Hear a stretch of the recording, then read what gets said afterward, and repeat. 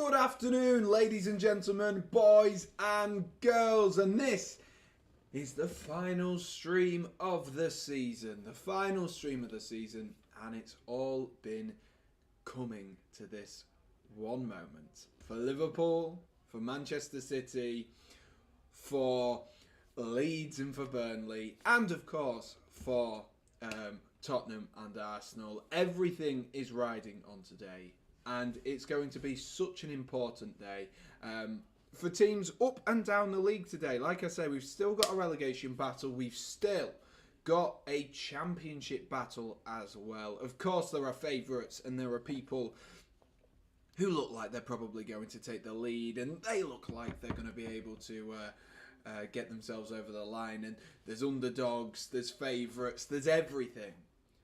But no one is out of it. No one is out of it. And anything could happen. Anything could happen. I'm currently watching as well the final 7 or so laps of the Spanish Grand Prix. Over 300,000 people have been at the Spanish Grand Prix in Barcelona, which is mental numbers. Mental. Like, could you imagine if that was a football pitch, if you had that many numbers of people? But there's so much going on today, so much going on. You can see at the bottom, if you don't know what the rest of the games are, you can see these scrolling across the bottom, and I'll be trying my best to keep those up to date whilst the games are going on. And of course, I'll be keeping an eye, casting an eye across. Particularly today, we're going to be looking at that title and that relegation battle. Arsenal, Tottenham, yes, there can be some drama there, but it looks pretty much straightforward for Tottenham Hotspur to get themselves over. Afternoon, Cameron. And so I'm not going to be focusing on those, as Lewis Hamilton's gone up into 4th place. He crashed on the first lap and he was wanting to quit. Wow. And that'll tell you all you need to know. That'll tell you all you need to know. It's all about the underdog today. Keeping hard, working hard, and getting yourselves consistently across the course of a match. And keeping your heads when you need it. That is what Lewis Hamilton has brought to this today. And this is what Liverpool and Leeds, in particular, the two sides that maybe have a little bit against them today, they will need to do during this game. Lewis Hamilton setting a great example for his British comrades. Setting a great example. I've not checked my Instagram DMs in a while, Cameron, so I will check those after the game. I'll check those after the game. But thank you, and thank you for watching, and of course Dragon as well. Thank you for stopping by. Hope you were both okay. But let us know who get in the chat as well. We're going to have a look through the of course, we're going to have a look through the teams for today. We're going to go through each of the matches, and we're just going to have a quick look, have a quick analysis, and, you know, have a little bit of a chat of them. And let me know who you think is going to win the league today and who is going to get relegated today. Like I say, that is the main point. Of course, we still do, like I say, battles for top 4 and for 6th and 7th between Manchester United and West Ham. There's still quite a lot of positions to be made up between like 15th and 9th as well. So there is still lots to play for, even for those teams who could be on holiday. The only teams that are on holiday, of course, are Norwich and Watford, and of course Chelsea as well, who, thanks to a draw in midweek, now find themselves in a position where they can actually sit back, relax, enjoy the final game, and probably play some good football. But I'm not going to be watching them tonight. I'm going to watch those on Match of the Day and check out how the Chelsea boys play tonight, because, you know, we want the excitement, we want the drama, and that's what we need. That is what we need. And I don't think we're going to get too much of that for Chelsea today. And afternoon to Chelsea fan as well, who's just joined us. Like I say, it is Liverpool versus Wolves. We are going to be watching. We're going to be watching the underdog of these two sides. I say underdog with Manchester City and Liverpool. Is there really ever an underdog? And it's definitely not most of the time Manchester City or Liverpool if there is an underdog. But to be honest with you, Liverpool definitely are the underdogs, of course, a point behind Manchester City before we get into this game, which obviously gives them a little bit of a bonus in that sense. And whilst it does all go down to the final day, Liverpool simply have to do better than Manchester City. That is the way that it's going to work today. I'm not even sure. We'll check the table, but I'm not even sure a draw will do for Liverpool today if City lose against Steven Gerrard's Aston Villa. There's so many storylines that will be coming to fruition come the end of this. The potential storyline of Jack Grealish winning the league at Aston Villa. You've got the storyline of Stevie G finally winning Liverpool. Stevie G and Phil Coutinho even finally winning Liverpool a Premier League title. And we could be in for a sensational day, and I'm looking forward to it. I am looking forward to it. And like I say, let me know who you're rooting for the Premier League title and who you think is going to go down as well. And I'm really good, thank you. Had a night in Manchester with one of my mates, so not too bad at all. And of course, it's good to see, as I'm watching the F1, good to see two British lads in 3rd and 4th. Lando Norris sat down in 8th. A lot going on in that race, and it's been an exciting one to sit and watch. And it's a shame that we can't have it more often, back-to-back Formula One, and then onto the football. It is a bit of a shame that we can't have them. It is definitely a shame. But I am going to go through the teams in 2 seconds. I'm just going to give myself a minute or two, just because I'm aware that the race is going to end, and I don't want to miss anything big.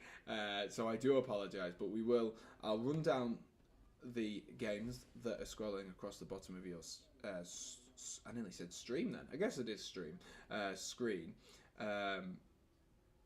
And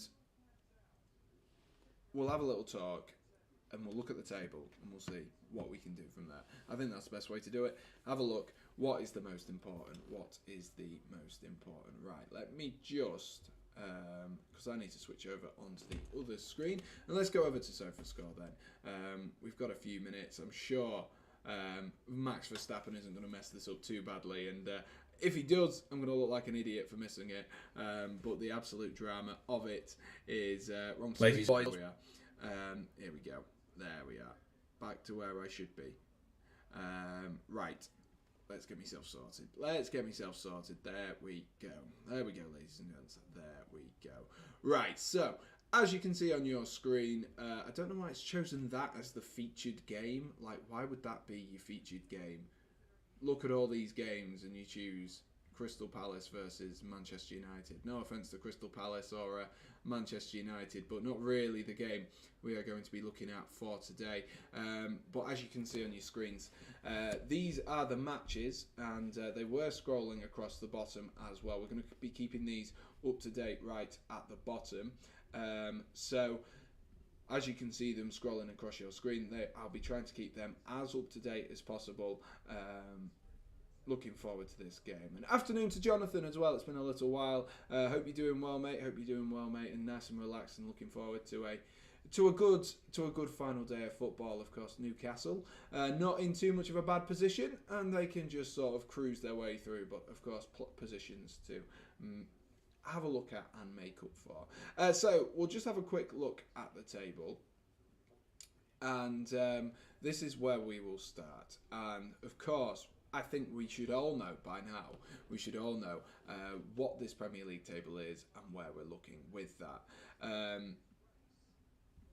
There we are. So as you can see, this is the Manchester City led table at the moment. Of course, Manchester City sit on 90 points and Liverpool on 89 points. And it seems bonkers to me that we've had 2 seasons now in pretty much quick succession that Manchester City and Liverpool have taken us to plus 90 points and separated by 1 point. And that's where we could be this season.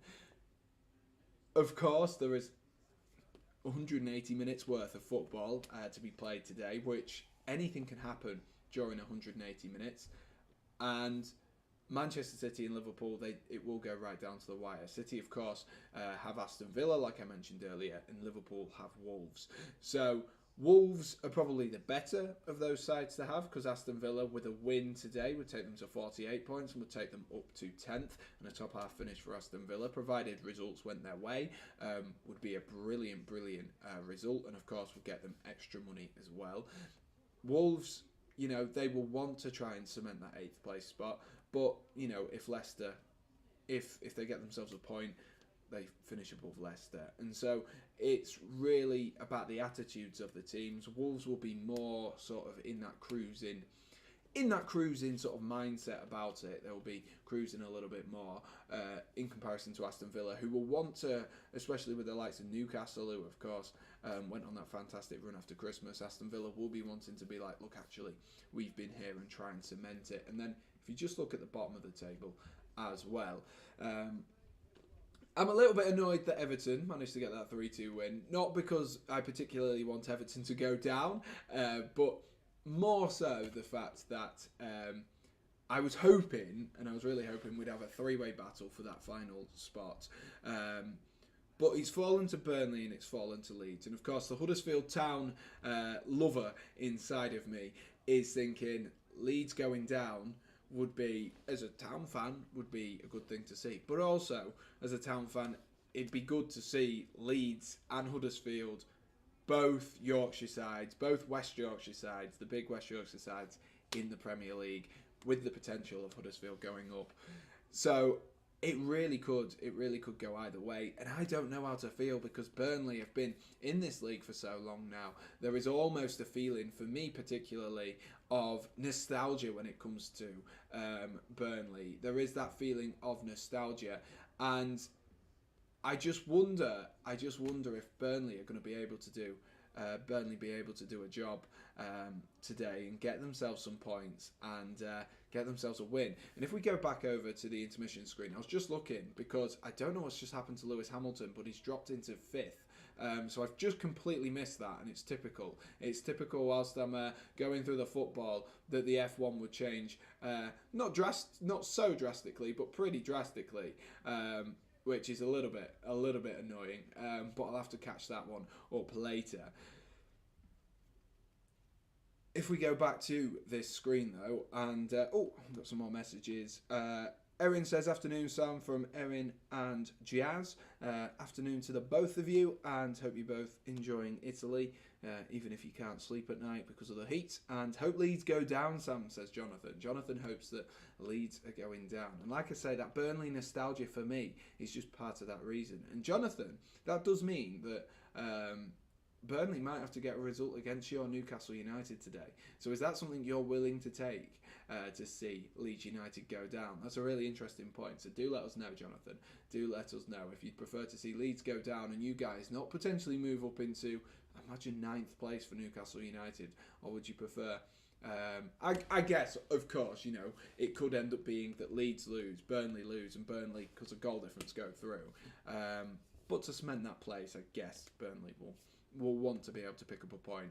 The only way that Leeds do actually go through today is by bettering Burnley's result. Of course, if Burnley win and Leeds win, then their efforts were pretty much in vain.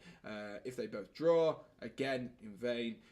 But if Burnley draw and Leeds win, then Leeds go up. So Leeds have it all to play for today. They really do have it all to play for. An afternoon to Wiki as well, who's going to have an interesting few hours as well as a Arsenal fan. Let's have a look though. We're going to have a scroll through. We're just on the Arsenal Everton team at the moment, but as you can see on your screen, here are the matches for today. So, of course, we've got all 20 teams playing today, with Arsenal, Everton, Brentford, Leeds, Brighton and Hove Albion, voice crack, West Ham United, Burnley versus Newcastle, Chelsea versus Watford, Crystal Palace versus Manchester United, Leicester City versus Southampton, Liverpool versus Wolverhampton, the game we are going to be watching on the channel today, and Manchester City versus Aston Villa, and of course Norwich City versus Tottenham. The real big game that we'll all be watching is Norwich versus Tottenham, right? Yeah, no, definitely not. Hopefully Leeds stay up. Be the end of pie and mash football from Burnley, says Wiki. Wiki's not a big fan of Burnley.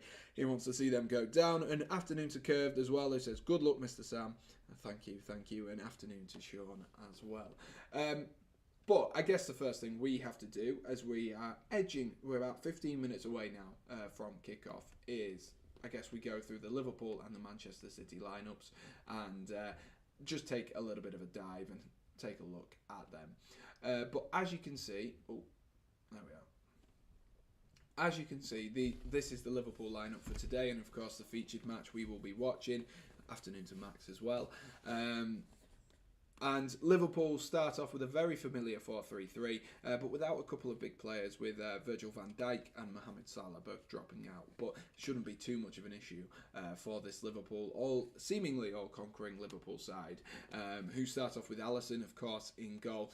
Trent Alexander-Arnold, who I personally think has been a little bit robbed of Young Player of the Year. Him or Declan Rice or Bukayo Saka, someone's got to have won it over Phil Foden, in my personal opinion.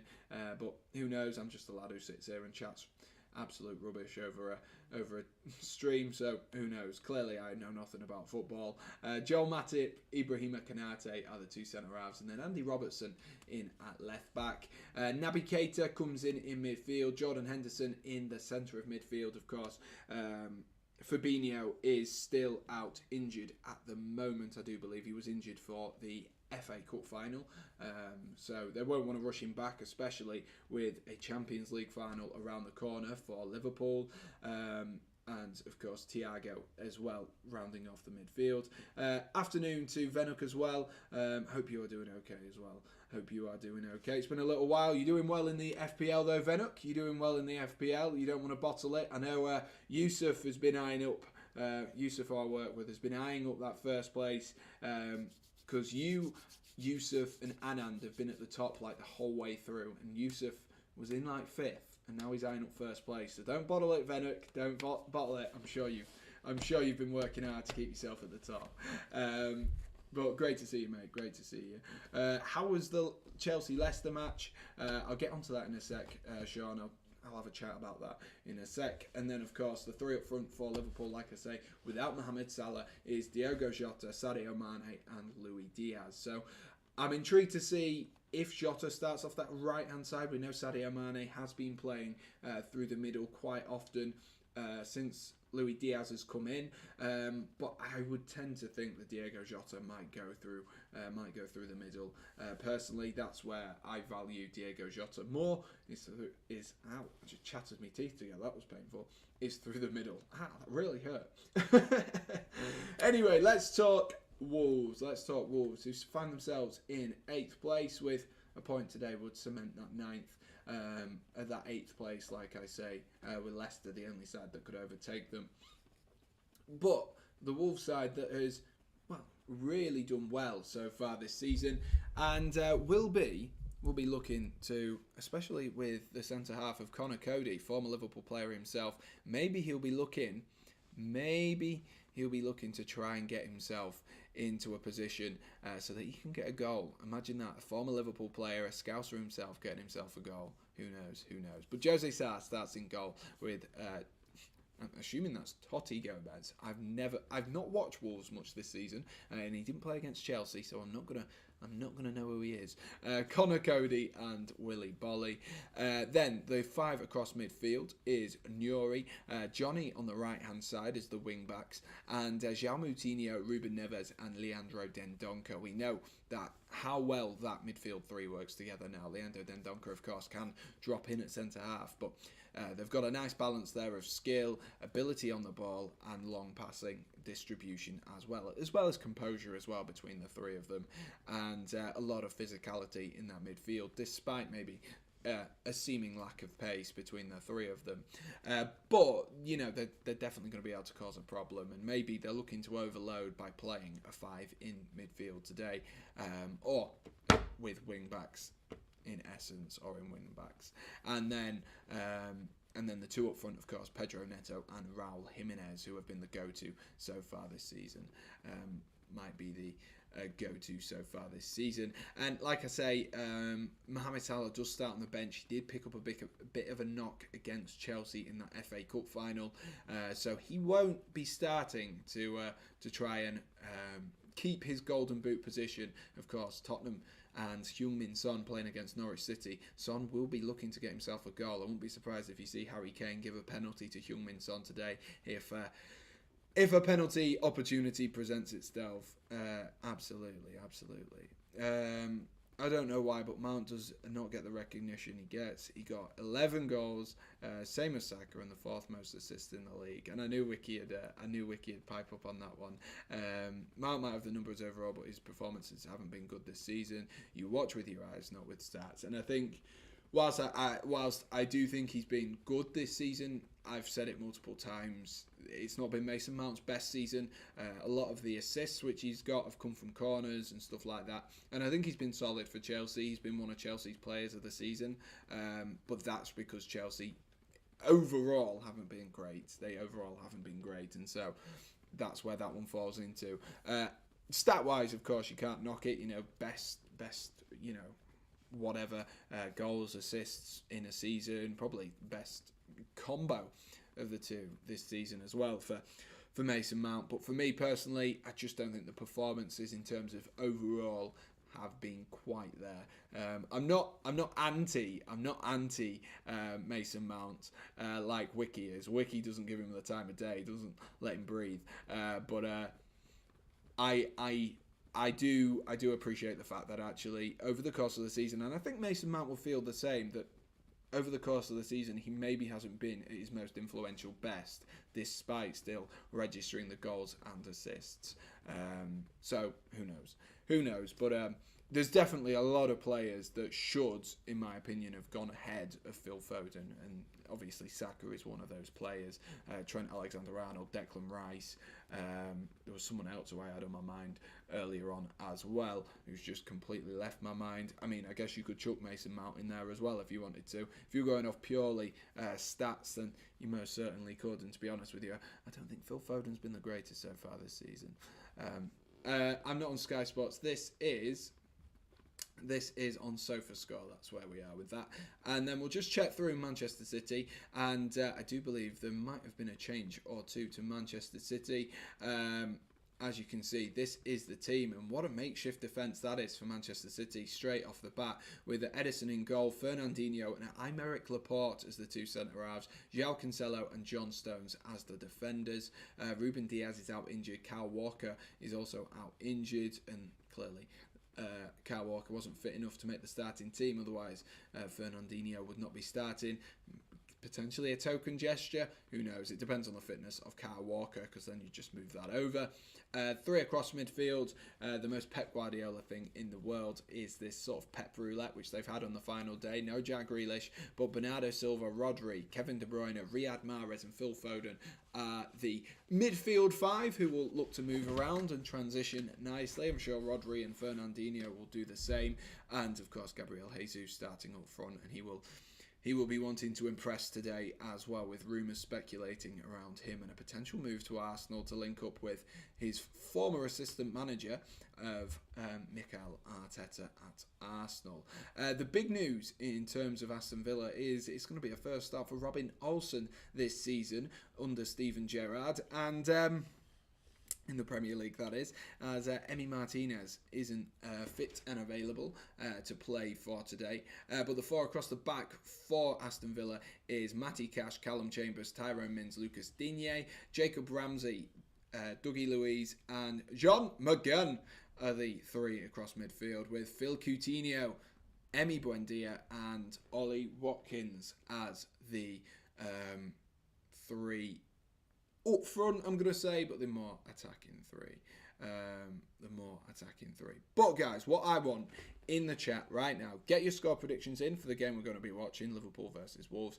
And of course, get in the chat and let me know as well, importantly, who you think's getting promoted then. I mean, you can tell me who you think's getting promoted, provided the answer is Huddersfield Town. But who you think is going to be winning this game, who you think is going to be winning this game, the score prediction. Do you think Liverpool can win the league? Is it too much to ask? All of those kind of things. And most importantly, so I want score prediction. Who wins the Prem? Who finishes top four? Who rounds off that top four? And I also want your relegation candidate. That's what I want. That's what I want from today's game. That is what I want from today's game. In fact, I'm actually going to, this is going to be really strange, but I'm going to put on my screen the Manchester City game as well, in the hopes that basically what I'm going to try and do is watch them both at the same time. That's what I'm going to try to do. That's what I'm going to try to do. And maybe I can get my phone and then put the Chelsea game on. Oh, God, that'd be absolute chaos, wouldn't it? That would be absolute chaos for me. Yeah, that would be absolute chaos. But, you know, one of those things. We'll try and get the content for you guys, and then we can react live, of course, as well, to what's going on across the games across England today. There'll be plenty to talk about, plenty to chat about, and plenty really to discuss and digest come the end of today's games as well, which is more exciting than anything else, I must be honest. Oh, how far away are we now? 4 minutes. Liverpool fans, how are your nerves? It's going to be a really interesting 90 minutes or so of football. Really interesting. I think we've got thrills and spills along the way. That's what I'm hoping for anyway. Few thrills and spills along the way. Right. Let's get the City game up on my screen, and then we will be ready to rumble. Wiki says City to win the Prem, Spurs for top 4, Burnley to get relegated. So one change of position for Wiki today. I think it will be City to win the Prem, Spurs will be fine, and I think Burnley will be fine as well. I think it'll stay exactly how it is. Sorry, other fans of other teams, but I think it'll just stay as it is. That's what I'm thinking for today. I can't see there being too much drama, but football is a crazy thing, ladies and gents, isn't it? Football is a crazy thing, and who knows what could happen. Sean says his prediction is 3-0 Liverpool. Oh yes, I need to give my score prediction as well for today's game, the game that we are watching. I think it'll be a close one. I'm going 2-1 Liverpool. I think Liverpool will show their class, but I think Wolves will be stoic. I think they'll defend hard, and I think they'll put in a good fight, and I think they're going to push Liverpool right down to the wire. And if they do win the league, Liverpool will have had to work from Wolves today. God, imagine having to work from it from Spurs. That'd be well easy. That'd be absolutely well easy. But it's so exciting having 10 games of football at the same time. It's kind of chaotic. You never know what to do you? Really, you never know what to do. 10 games of football all at the same time. Of course, Watford and Norwich will be playing their final 2 games of the season, and unfortunately for them, in the Premier League for at least a season minimum, of course, at least a season minimum, with them getting relegated and already confirmed as relegated. But for Leeds and Burnley, Manchester City and Liverpool, plenty to play for. And it should be an exciting, intriguing 90 minutes of football. So make sure, guys, if you haven't already, do be sure to smash that like button and hit subscribe. And, let us know your score predictions as well for today's game. Let's get the background noise on. Let's get a little bit of atmosphere in the channel and get loud as well, guys, and as we're chatting along. My Manchester City score prediction, what am I going to go with? I think, again, I don't want to be boring and just say Manchester City to be the same score, but it could well be Manchester City end up 2-1, but I'm actually going to go with City 4, Aston Villa 0. I think Villa will go for it, but they'll leave gaps, and that's when the problems will arise. Liverpool fans are in full voice today as they sing You'll Never Walk Alone, trying to get a little bit of incentive behind their team and trying to keep the hope alive and the dream alive of this quadruple, which would be, by everyone's stretch of the world, it would be amazing, wouldn't it? If Liverpool managed to get themselves a quadruple, unfortunately we'd never hear the end of it, because that's what the Scousers are like. But it's going to be good. It should be good. And they've been so good this season. They've been pretty much flawless. They've lost very few times so far this season. which is interesting, I guess. And it shows how good, really does show how good Liverpool have been so far this season. City, of course, have lost more games, Liverpool have drawn more games, and so it's come down to the final day, and it should be, God, it should be close. I think we've got a few twists and turns in store here, guys. I think we've got a few twists and turns in store. Do I hear background noise? You should do. You should be on in the background. Yeah, you can hear. It's whatever I'm talking over. It's whatever I'm talking over. Oh, come on, come on, Chelsea. I mean, come on, Chelsea as well. Chelsea, of course, have a game to play today. It won't really be the person that anyone's looking at today, Chelsea and Watford. Let's get the time.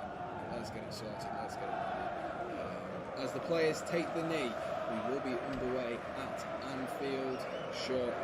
And there we are. We are underway at Anfield. And if you are just joining us, welcome to the Sam Redgate-Large channel, and welcome to the final day of football. It's got a lot of twists and turns in the tail. Anything could happen, but that's part of the intrigue. That is part of the intrigue for today.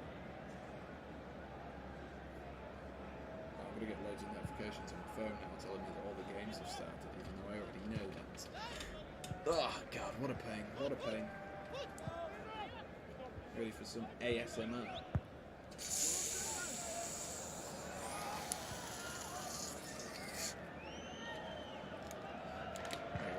Appreciated that.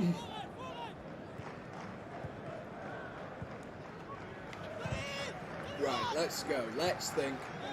Who do we reckon is going to get the first goal of today's game? First goal of today's games. What minute? What minute am I going for?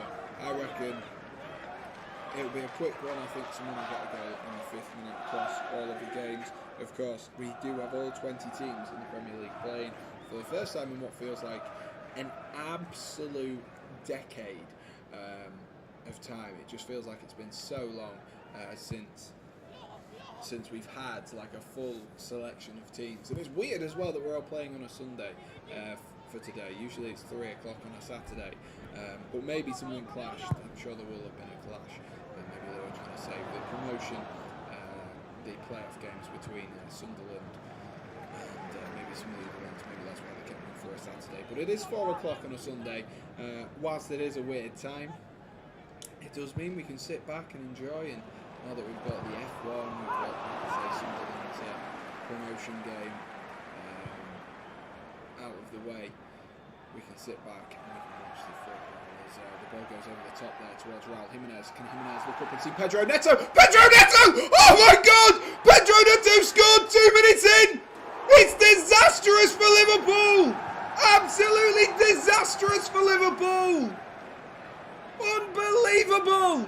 Unbelievable! Pedro Neto puts Wolves 1-0 up, and Liverpool look absolutely dismayed. It all comes from a long kick. It was actually a slip from Jose Sarr. I don't know what Canate's doing. Raul Jimenez rolls it into the box, and Pedro Neto has the simplest of tasks.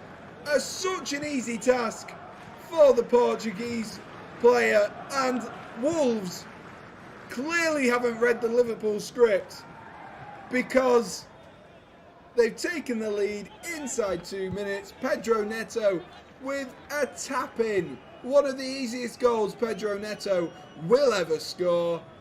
And oh my gosh, it's happening already. My 2-1 prediction looks like a stroke of genius already. And what on earth is that start from Liverpool? They just did not look switched on whatsoever there from the Scousers. Did not look switched on whatsoever, and ironically, very, very quiet are the Scousers now as Villa go up the other end. Ollie Watkins trying to trying to burst past Fernandinho in the Manchester City game, but Fernandinho does well there actually to sweep that one up. I'm sure that news will be filtering through to Manchester City, who, as it stands, have a 2-point advantage over Liverpool.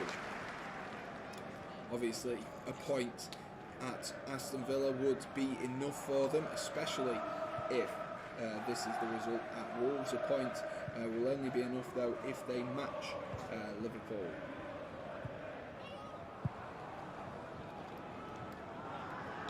Sean says already in a face palm. It's a Lucas as well. Unbelievable start from Wolves. It was so easy then. It was so easy to move the ball up the field there. My God. Liverpool have been caught napping there. I don't know what Ibrahima Konate was doing. He made the mistake. Liverpool will want to get themselves back on level terms sooner rather than later. Fortunately for them, they are playing at Anfield, so hopefully they should have that 12th man of the Kop end and of course the rest of Anfield to try and get behind them and try give them some incentive as Luis Diaz whips it across there, and it was looking for the head of Joel Matip, who kind of 50p headed it into behind for a goal kick. Unbelievable start, and the only goal so far in the games. And I said I could see one coming early. I didn't quite think it'd be that early, and I didn't think it'd come in this game of all games either. I cannot believe it. I cannot believe Wolves have scored. Liverpool now have absolutely got an uphill battle to fight against Wolves and win themselves the Premier League. But what dramatic circumstances it would be if they were able to achieve something from this position. It's not all lost, don't get me wrong. There's still a lot of football to be played here at Anfield and at the Etihad. Sorry, was it at the Etihad? It is at the Etihad. Still a lot of football to be played in Manchester and Liverpool, but my God, Liverpool are going to do it the long way if they are going to do it. I tell you what.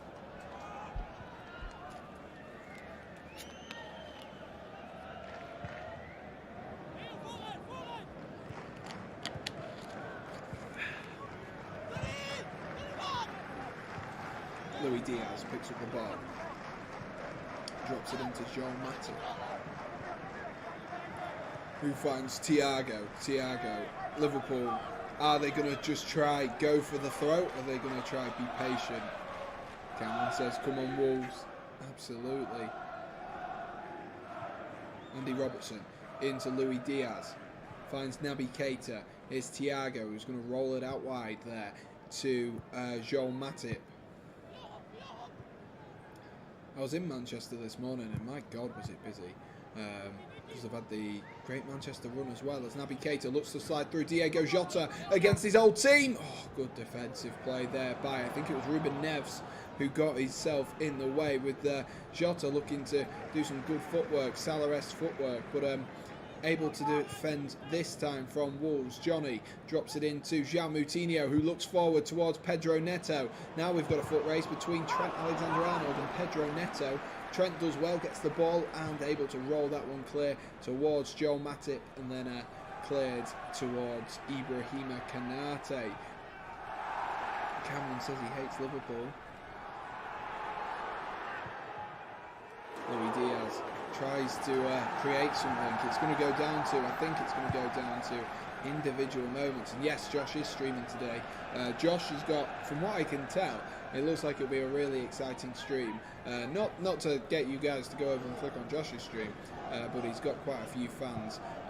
He's tried to get a City fan, a Liverpool fan, Arsenal fan, a Tottenham fan, a Leeds fan, a Burnley fan. So he's tried to get one of everyone really, and get everyone involved for today. I was tempted to do that, but last year when I did it, it was a little bit chaotic.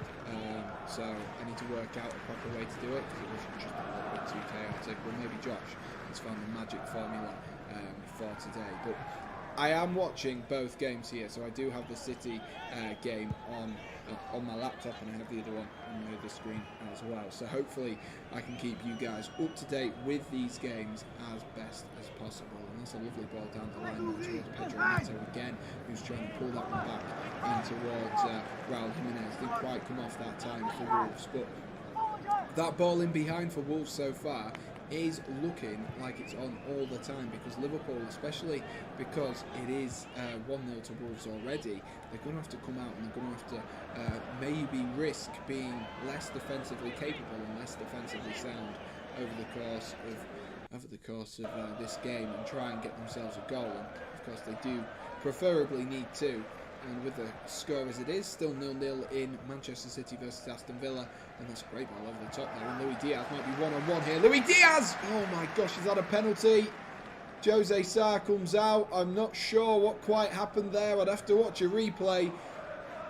But it's not gone into the back of the net. And Wolves are able to clear. I think it was a good save, actually.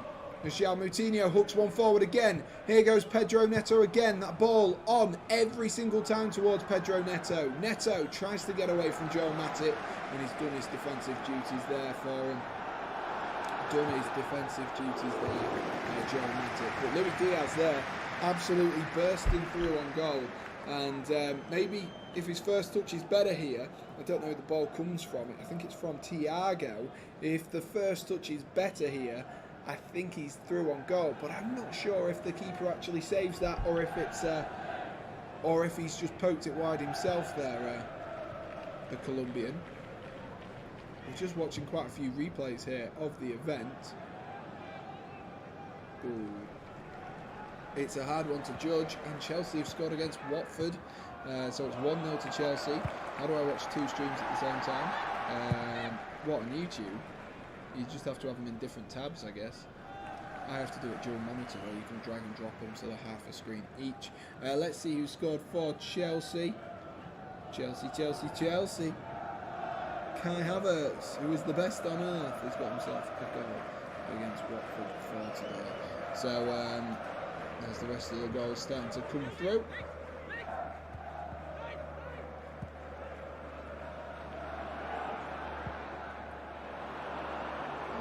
Chelsea won then.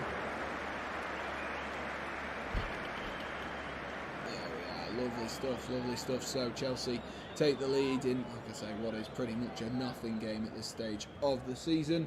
But I'm sure Thomas Tuchel will be using that game to analyse a few players. He's brought Kennedy in for his first appearance in the league this season, I'm pretty certain. His first appearance of the season, which is interesting. And he'll be testing, he'll be tweaking and preparing for pre-season, as I'm sure some of the other sides who will be, who maybe don't have as much to play for, other than just bragging rights in terms of position, and maybe a little bit of extra sponsorship money coming into next season.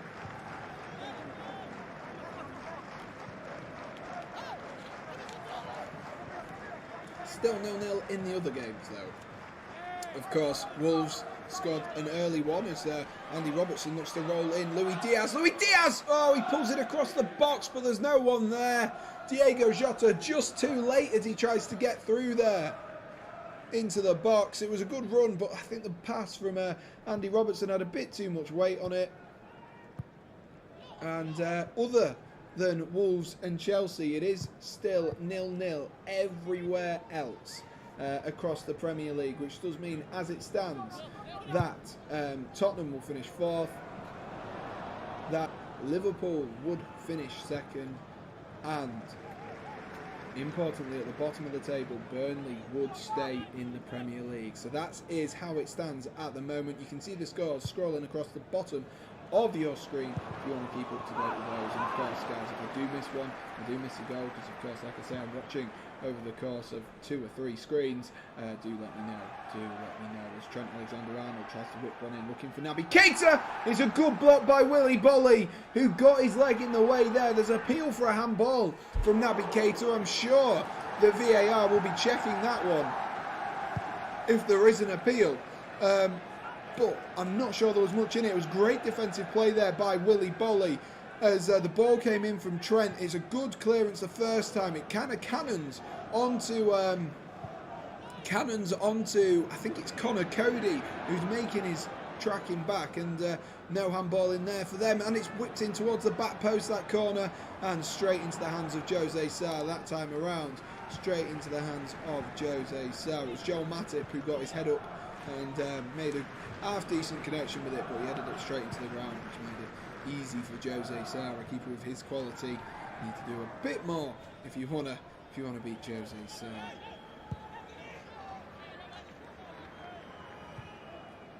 Here's Jimenez. Finds Johnny.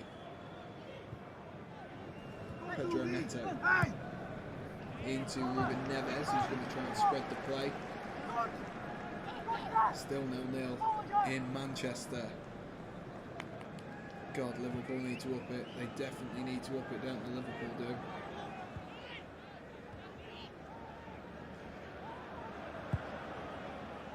It's going to be so interesting. So interesting as it goes right down to the wire in this game. Unbelievably as well that Everton are safe. I just cannot get my head around the fact that Everton are safe and that they left it that late, but it just looks so convincing as well, with the way that they've just sort of come back and found a little bit of form. That being said, lovely play from Liverpool inside the box. Jota maybe made the wrong decision there as the ball fell to him from Naby Keita. Sadio Mane it was. Oh no, it was Naby Keita. And Tottenham have scored against Norwich as well. Is Mo Salah going to be worried about his golden boot? Let's find out.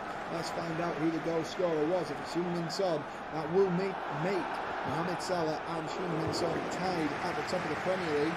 Let's see if we can find out who it is. It's Dejan Kulusevski. Gimme a ginger from Sweden.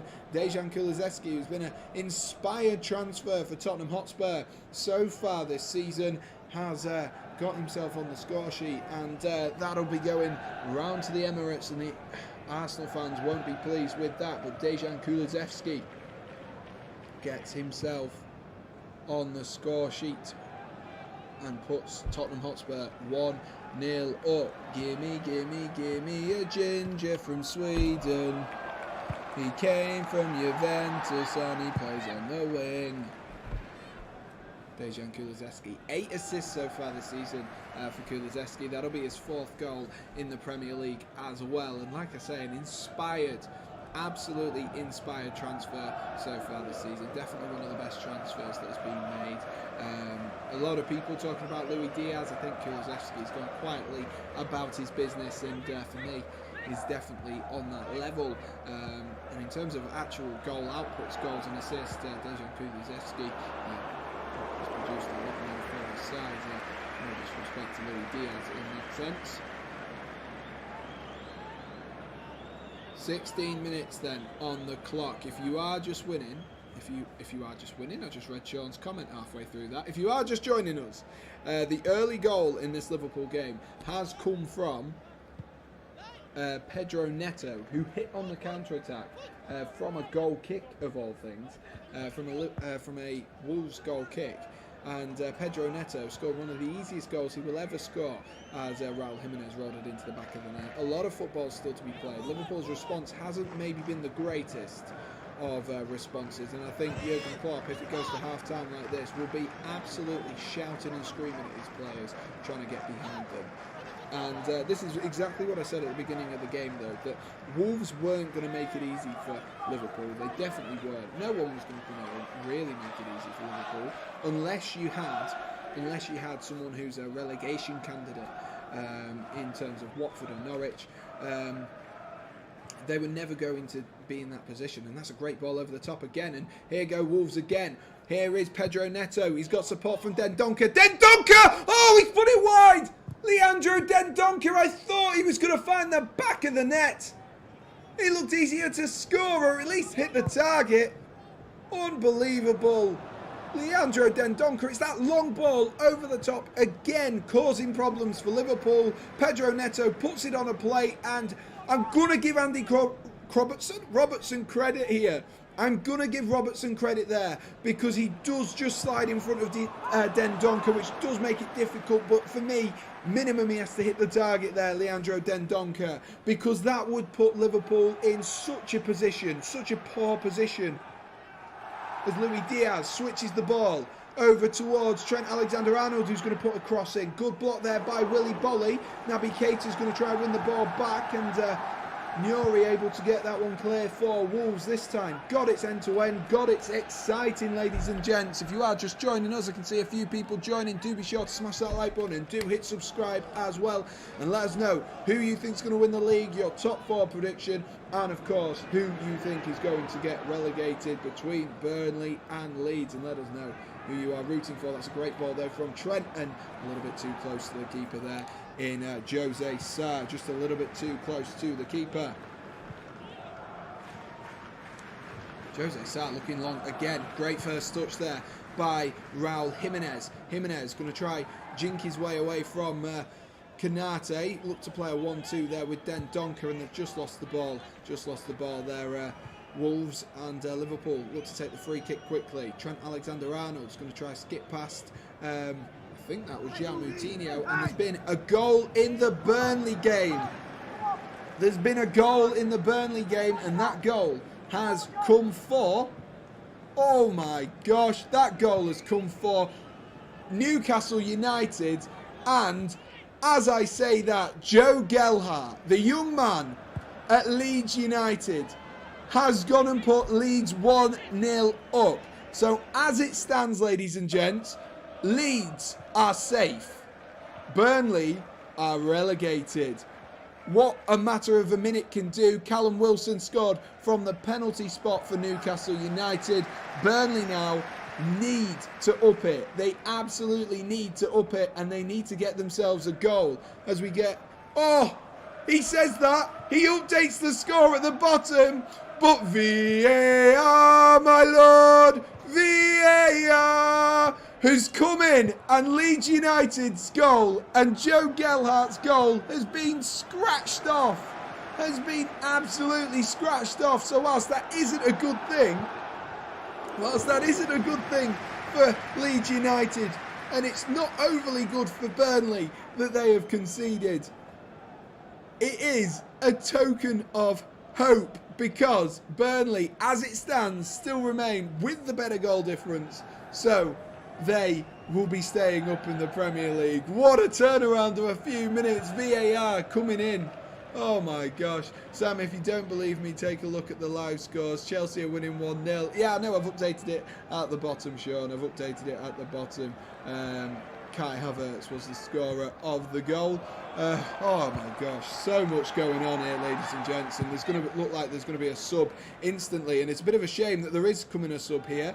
The particular sub that is going to be is the goal scorer for Wolves, by the looks of things.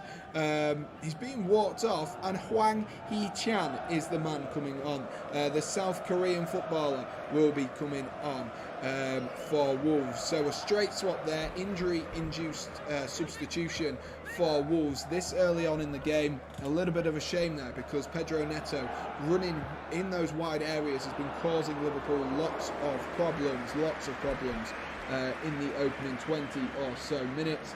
But that will be the first substitution of the game, and like I say, Wolves now maybe just having to spice it up a little bit. Still 0-0 at Manchester though, as Aston Villa, Manchester City still at 0-0.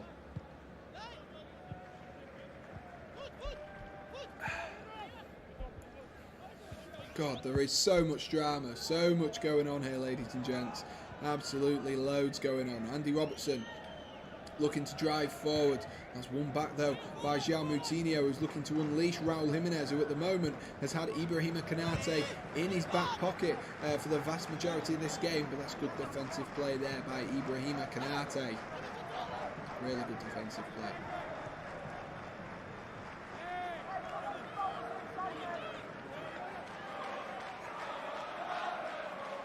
Johnny takes the throw in quickly here for Wolves. It rolls it back into Bolly. Bolly looks forward there for Jimenez, who was offside. I don't think he quite realised he was offside as he looked to put that cross in. It was either that or he was completely out of temper that he's kicked that ball there. I wasn't quite too sure why he's done that. If you are wondering what the other scores are, guys, they are scrolling across the bottom of your screen right now. Kanate finds Joel Matip. Matip. Into Ibrahima Konate. Lovely flick there by Thiago, and Sadio Mane might be through. Sadio Mane scores!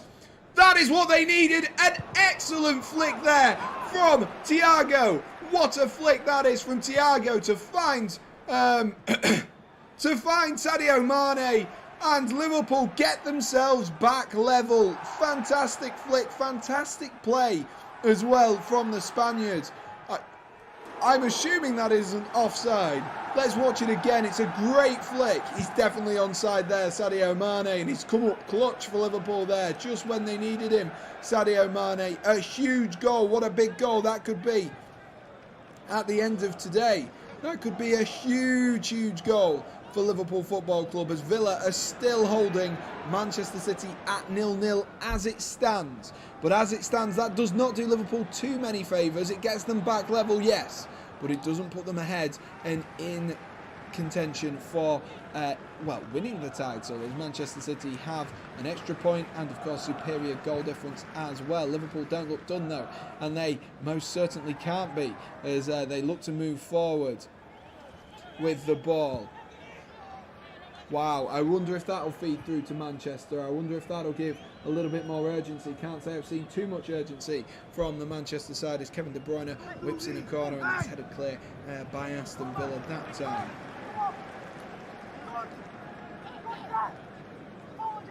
Trent Alexander-Arnold whips in a ball towards Luis Diaz, who was making a run towards the back post. Here's Andy Robertson. It's gone all the way through to him.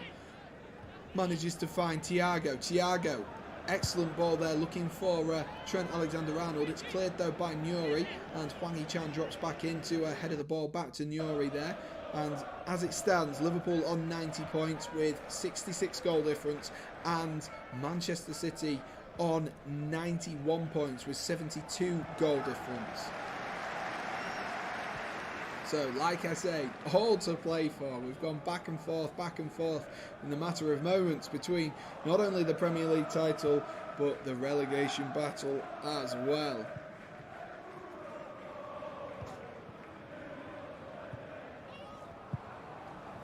Matip wins the ball back there. It does look like it's very much a sky blue sea of attacks at the Etihad at the moment. Aston Villa not able to get out. Maybe that's the way Stevie G are trying to line them up, trying to frustrate Manchester City, maybe look to hit them on the counter-attack. João Cancelo trying to move the ball forward here for Manchester City, as Liverpool go all the way back to Alisson in the Liverpool game. Like I said, guys, don't forget to like and subscribe if you are enjoying this video, as Arsenal get themselves a goal against Everton. Hwang Hee-chan now one-on-one with Joel Matip, and he looks to shoot there, and he's just slipped at the vital moment. But if you are enjoying, I'll try and keep you up to date with absolutely everything that is going on today. I'm doing my best. I'm trying to cover 10 games at once. As Sadio Mane looking to whip in a ball there towards Luis Diaz, and it's good defensive play there by Willy Bolly, who was absolutely in the right place at the right time there. Wasn't letting Sadio Mane and Luis Diaz sneak through that time around. Definitely wasn't. Definitely wasn't. Liverpool looked so hungry for this today. They don't want it to be their own fault that they lose the title today. They have to do exactly what they can do, as Gabriel Martinelli does score from the penalty spot against Everton to put Arsenal ahead. So, like I say, Arsenal as well, another team that have done all that they can in that sense. As Robertson, he puts it over. Andy Robertson inside the 18-yard box there. A hard opportunity.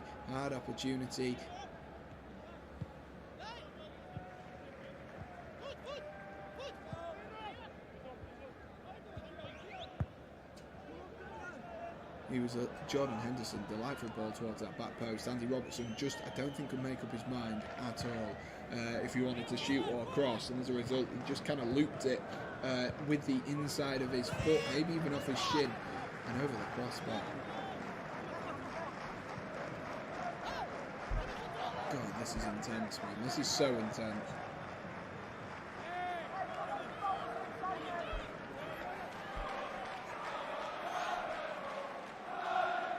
So we are as we were before the start of play.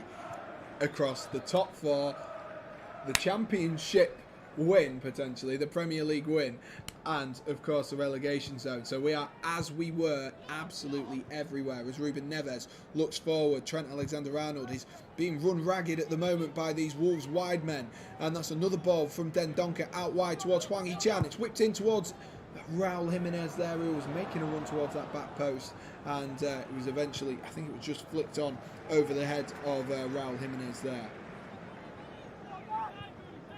If you are new to the Sam Redgate-Large channel, guys, do be sure to smash that like button and do hit subscribe as well if you are enjoying. We're going for 15 likes on this stream, and like I say, do be sure to subscribe as well, and we'll keep you up to date with everything going on in the Premier League. And let me know as well who you're rooting for today, who you rooting to win the league, who you're rooting to get relegated, who you want in that top 4 in the Champions League come next season. This looks like a promising counter-attack for Liverpool as Trent Alexander-Arnold rips across him, but defended that time by Connor Cody. Connor Cody demanding more from his team at the moment, trying to demand more, trying to get more out of his team. Thiago drops it into Sadio Mane. Is there a foul there on Sadio Mane? Personally thought there was, but the referee's going to wave play on. Thiago's won it back anyway, so who cares?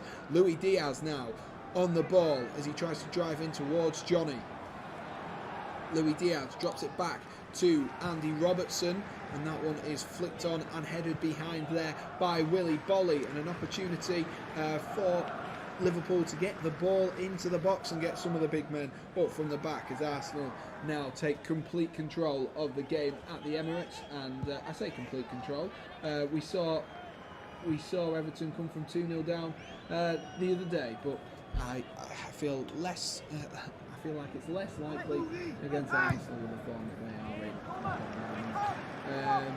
Abdurrahman, I am sure Liverpool is winning. That's. I wouldn't be so confident, not at the minute, but great to see you, Abdurrahman. Apologies if I have pronounced your name wrong, but great to have you in. Do let us know what your thoughts are at the minute. Liverpool, like I say, had that sloppy start, which has really put them in a bit of a predicament, and made them, if they're going to do it, they're going to do it the long way, and the long way round about it. Of course, my score prediction at the beginning was a 2-1 Liverpool win, and I said Wolves would frustrate and hold them. And that has been the story so far for Liverpool at the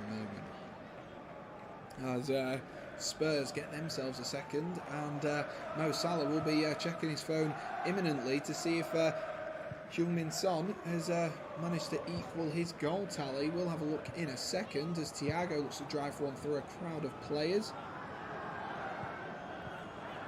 Robertson, nutmeg in the box, and Liverpool just can't quite do anything with it. And Thiago then blazes wide. I don't know why my notification's just gone for the Spurs goal. Let's have a look at the Spurs goal.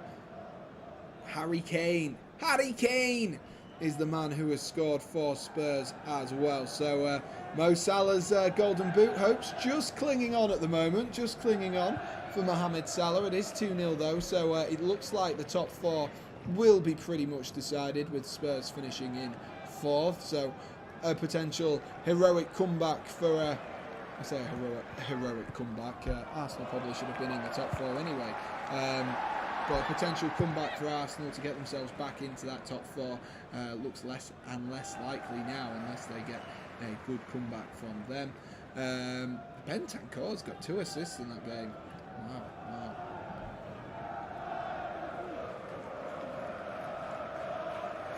So, as you can see, guys, the scores scrolling across the bottom per each game. And do let me know if I miss one, and keep us up to date with absolutely everything. But as it stands, oh my God, that ball through there towards Hwang Hee-chan, and whoever it is playing off that left channel, he's always on for Wolves at the moment. It really is. And Aston Villa still standing strong, doing Steven Gerrard's former club some necessary help here as I'm watching. It's a wall of, I was going to say a claret and blue wall, but they're playing in their away kit today, and I'm not quite sure what we classify that colour as, but It is an absolute wall for Manchester City to break down at the moment as Wolves look to hit on the attack again as Hwang Hee-chan they're looking for Leandro Dendoncker, who's maybe got a little bit more of an attacking licence in this game than I would have anticipated across that midfield three.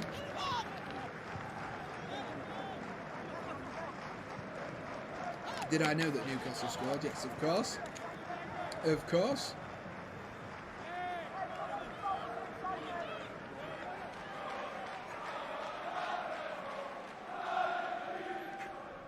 So as it stands, Burnley and Leeds United. How does that set up? Let's have a look at the table on my phone real quickly. That does put Leeds just ahead. But of course, if Leeds were to concede against Brentford, that would go back in the same position.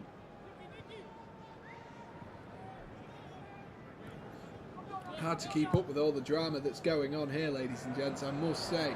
Absolutely everything going down at the moment, and a little bit too chaotic for a Sunday afternoon after an exciting Grand Prix as well.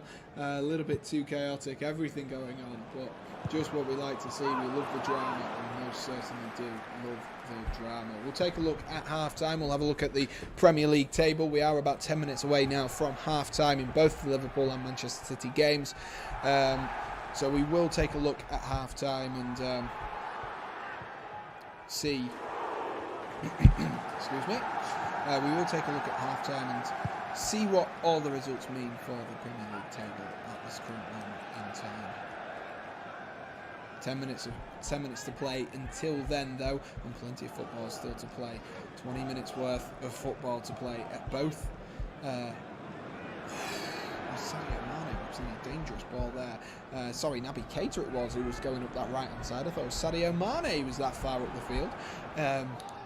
10 minutes, 20 minutes to play across the course of Liverpool and Manchester as John McGinn goes down in the Manchester City game. Maybe a bit of tactical time wasting. Gabriel Jesus looking a little bit frustrated in a Manchester City shirt. Maybe we'll be seeing the last of him today in a City shirt in that sense.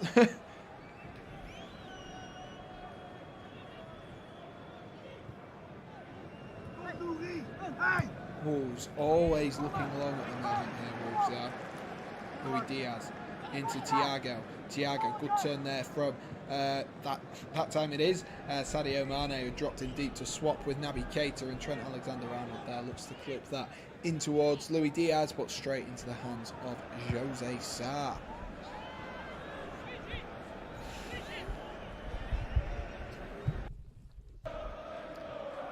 Sean, what are we thinking so far? What are we thinking so far to the game, mate?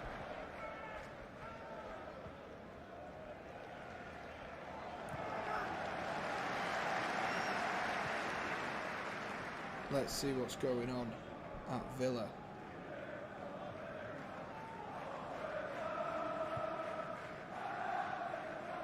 Here goes Coutinho. Whipped out wide towards Lucas Digne. Digne's going to put it into the box, and City have conceded! Oh my gosh, Matty Cash has scored! Matty Cash has scored for Aston Villa! Matty Cash has scored, ladies and gents! And Manchester City at home are 1-0 down! What a counter-attack from Aston Villa! Matty Cash has scored, and you can see the scenes inside Anfield as they celebrate the goal in Manchester! Oh my gosh! Liverpool now in with an opportunity after an awful start for the Scousers. Manchester City find themselves behind. Unbelievable, Jeff. Unbelievable, Jeff. I cannot believe it. Matty Cash. It's a lovely counter-attack from Aston Villa as they go forward. And you can see what it means to the Scousers. You can see what it means. Unbelievable stuff. Unbelievable stuff in both games here, ladies and gents. Absolutely unbelievable. Pep looks absolutely fuming. Absolutely fuming, and rightly so. Kevin De Bruyne is asking for more.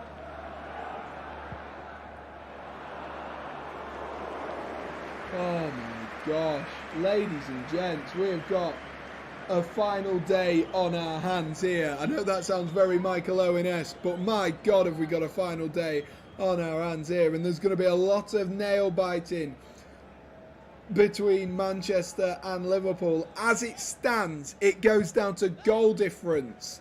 As it stands, with Liverpool on top of the league, as it stands, Manchester City on top of the league as it stands on goal difference, thanks to a Matty Cash goal, has swung this title race wide open, and very much it's anybody's game now, ladies and gents. It's anyone's game now. Let's just have a quick check to make sure we've got all of the scores on the doors. Of Crystal Palace have taken the lead in that one against Manchester United. Wilfried Zaha has got himself a goal. Lovely stuff. Crystal Palace looking to try help out West Ham. West Ham still drawing with Brighton though. We will just go through and make sure we've got all of the scores absolutely correct. We will do that at half time. But what a chaotic first half this has been so far. At both ends of the Premier League table, absolutely at both ends. And West Ham have just scored. And I'm going to have to check the table in a second because this is getting mental. West Ham could be putting Manchester United into the Conference League.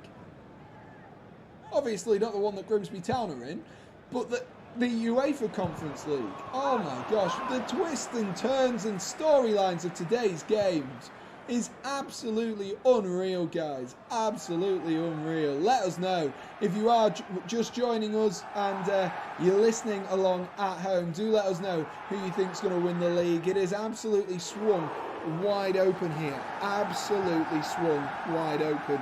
Thanks to that Matty Cash goal. And who has scored for West Ham United? It is Mikel Antonio who has scored for West Ham United.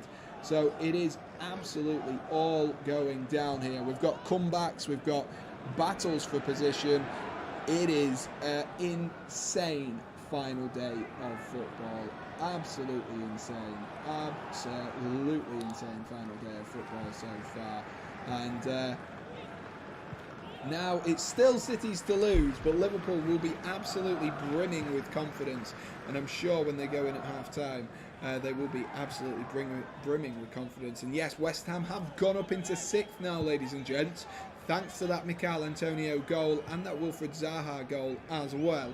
So on goal difference, West Ham United above Manchester United, which would see Manchester United go into the Europa Conference League qualification, not even directly into the league. So even more games for Manchester United to have to play, not really want to have to play. They will be wanting to come out in this second half with Europa League football. Almost definitely that will be what they're looking for, because you're not going to be able to attract some big players as they will wish to do if they have Europa Conference League. They won't be able to do it to such an extent with Europa League, but they'll be able to do it more, most certainly. They will be able to do it more. Like I said, guys, if you are just joining us and you are new to the Redgate-Large channel and enjoying the stream, do be sure to smash that like button. Do hit subscribe as well. We're on our way to 700 subscribers, so if you could smash that subscribe button for us and you think, actually, I'm liking this guy, and do be sure to do that. And do get in the chat as well, guys, and let me know what your thoughts and feelings are around these two games. And yeah, should be good. So Watkins made a burst through there and was just pulled back by Fernandinho there, Ollie Watkins. Fernandinho has to be careful there, I tell you what. On a different day, that could have been a foul. That could have been a foul for on Ollie Watkins there, as Olsen gets himself down on the ball in the Manchester City game. Unbelievable first half, ladies and gents. Unbelievable. So as it stands, Leeds staying up, Manchester City still winning the league. What time did Leeds score? They scored, but it got ruled out. It was like the 20th minute Leeds scored. It was right before Newcastle scored. It was ruled out by VAR, Sean. Ruled out by VAR.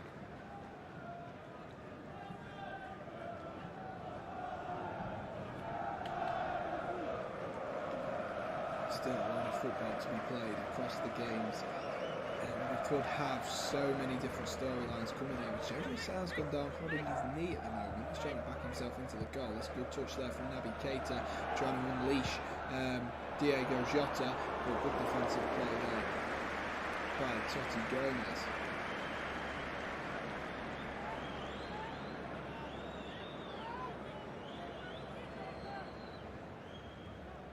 Ruben Neves has just gone down as well. A couple of Wolves players taking a few knocks in this game. They can't afford to sub all of them off though, otherwise they'll have none left. Oh my gosh, Manchester City really asking questions of Aston Villa. Aston Villa's defensive play so far, the best word is stoic. Kevin De Bruyne that time with an opportunity on goal and bodies in the way for Manchester City. Let's watch the City game whilst the what's the word? Medics? Medics? Is that what you call them? I don't remember.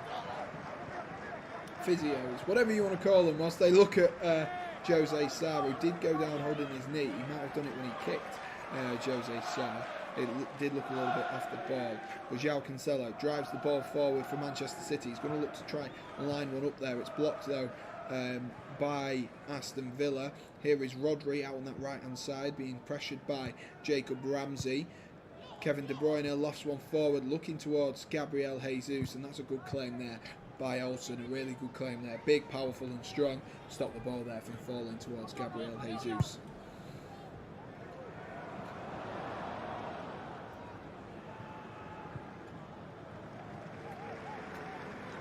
So it is half-time at Leicester as well. Leicester versus Southampton. Still half-time 0-0.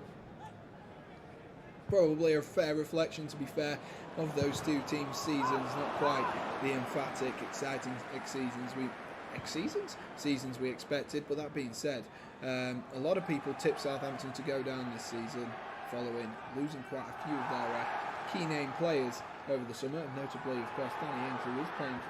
He's not playing today, but does play for Aston Villa.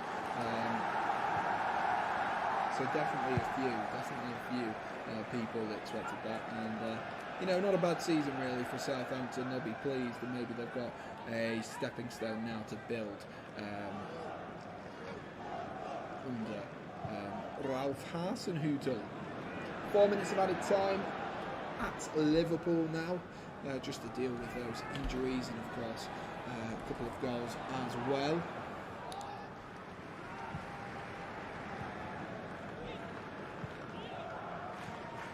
Jose Sarr's back on his feet. I think he'll definitely stay out until the until half time at least.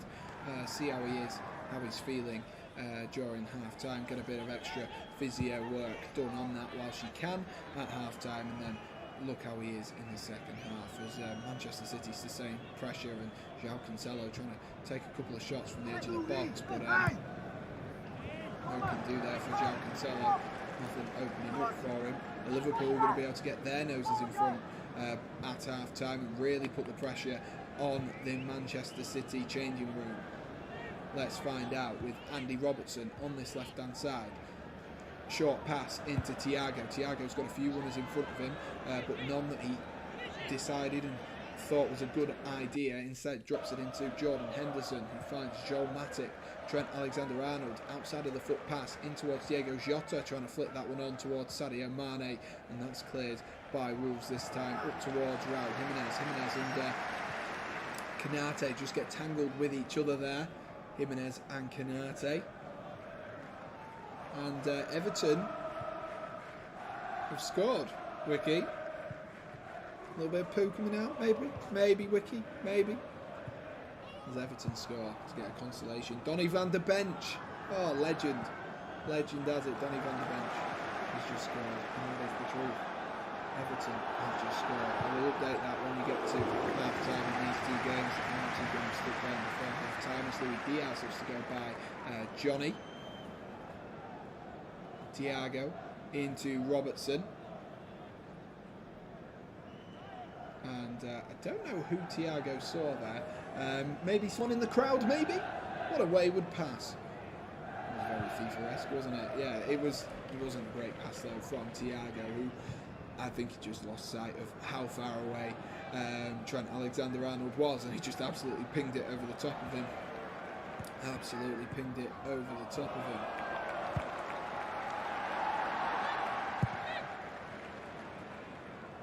"30 seconds left at the end of this first half by the looks of things.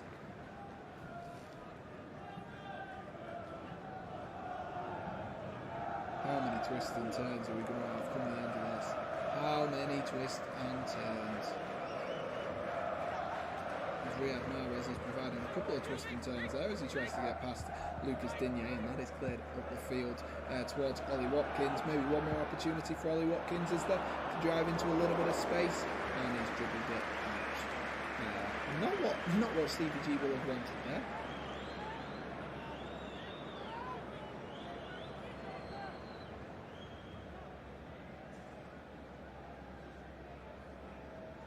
Thiago has just walked down the tunnel there before half time. That's very strange. Thiago walks down the tunnel.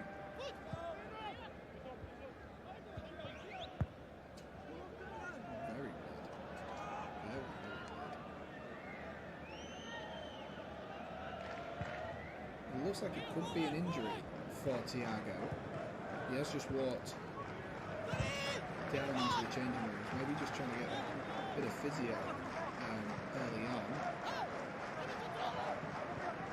Although that being said, Jordan Henderson now maybe has a counter-attack with Luis Diaz going down this left-hand side.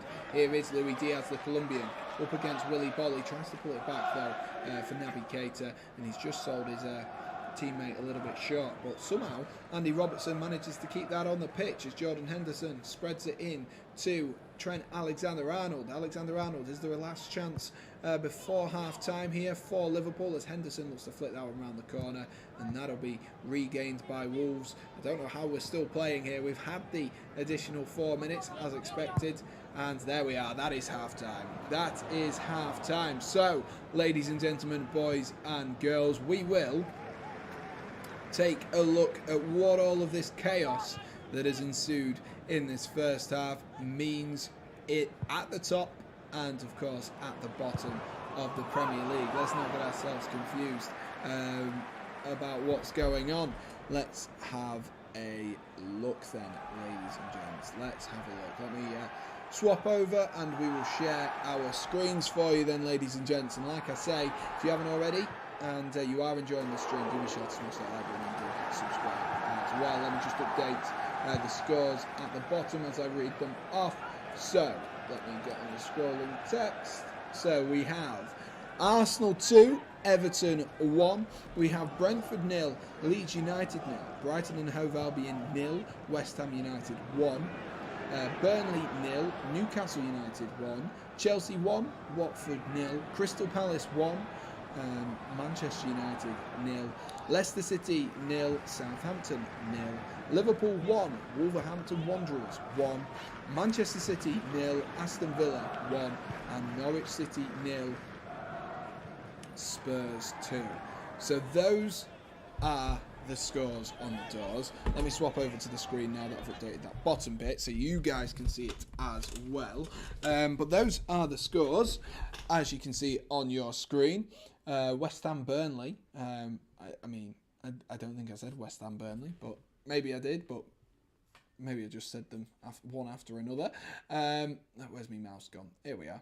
Here we are. So those are the scores as you can see on your screen. And we'll just dive onto the Arsenal one just so that we can see the Premier League table.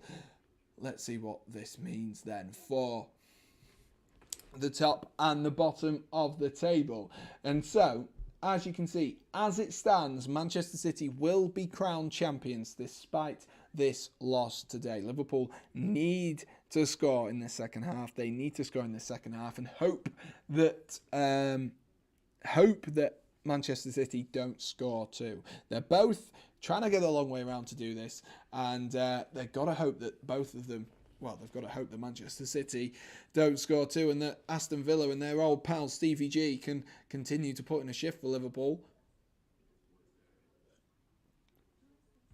They will be looking to take the emphasis, put it into their hands and put a little bit of pressure on the Manchester City side, probably the best way to say that.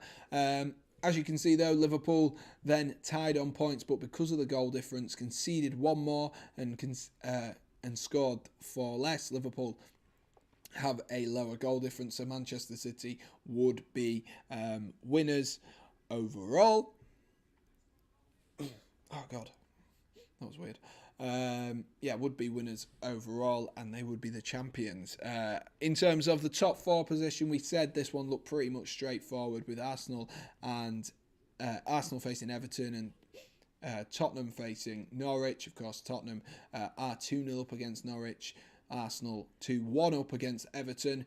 So both teams doing exactly what they will have wanted to have done, but unfortunately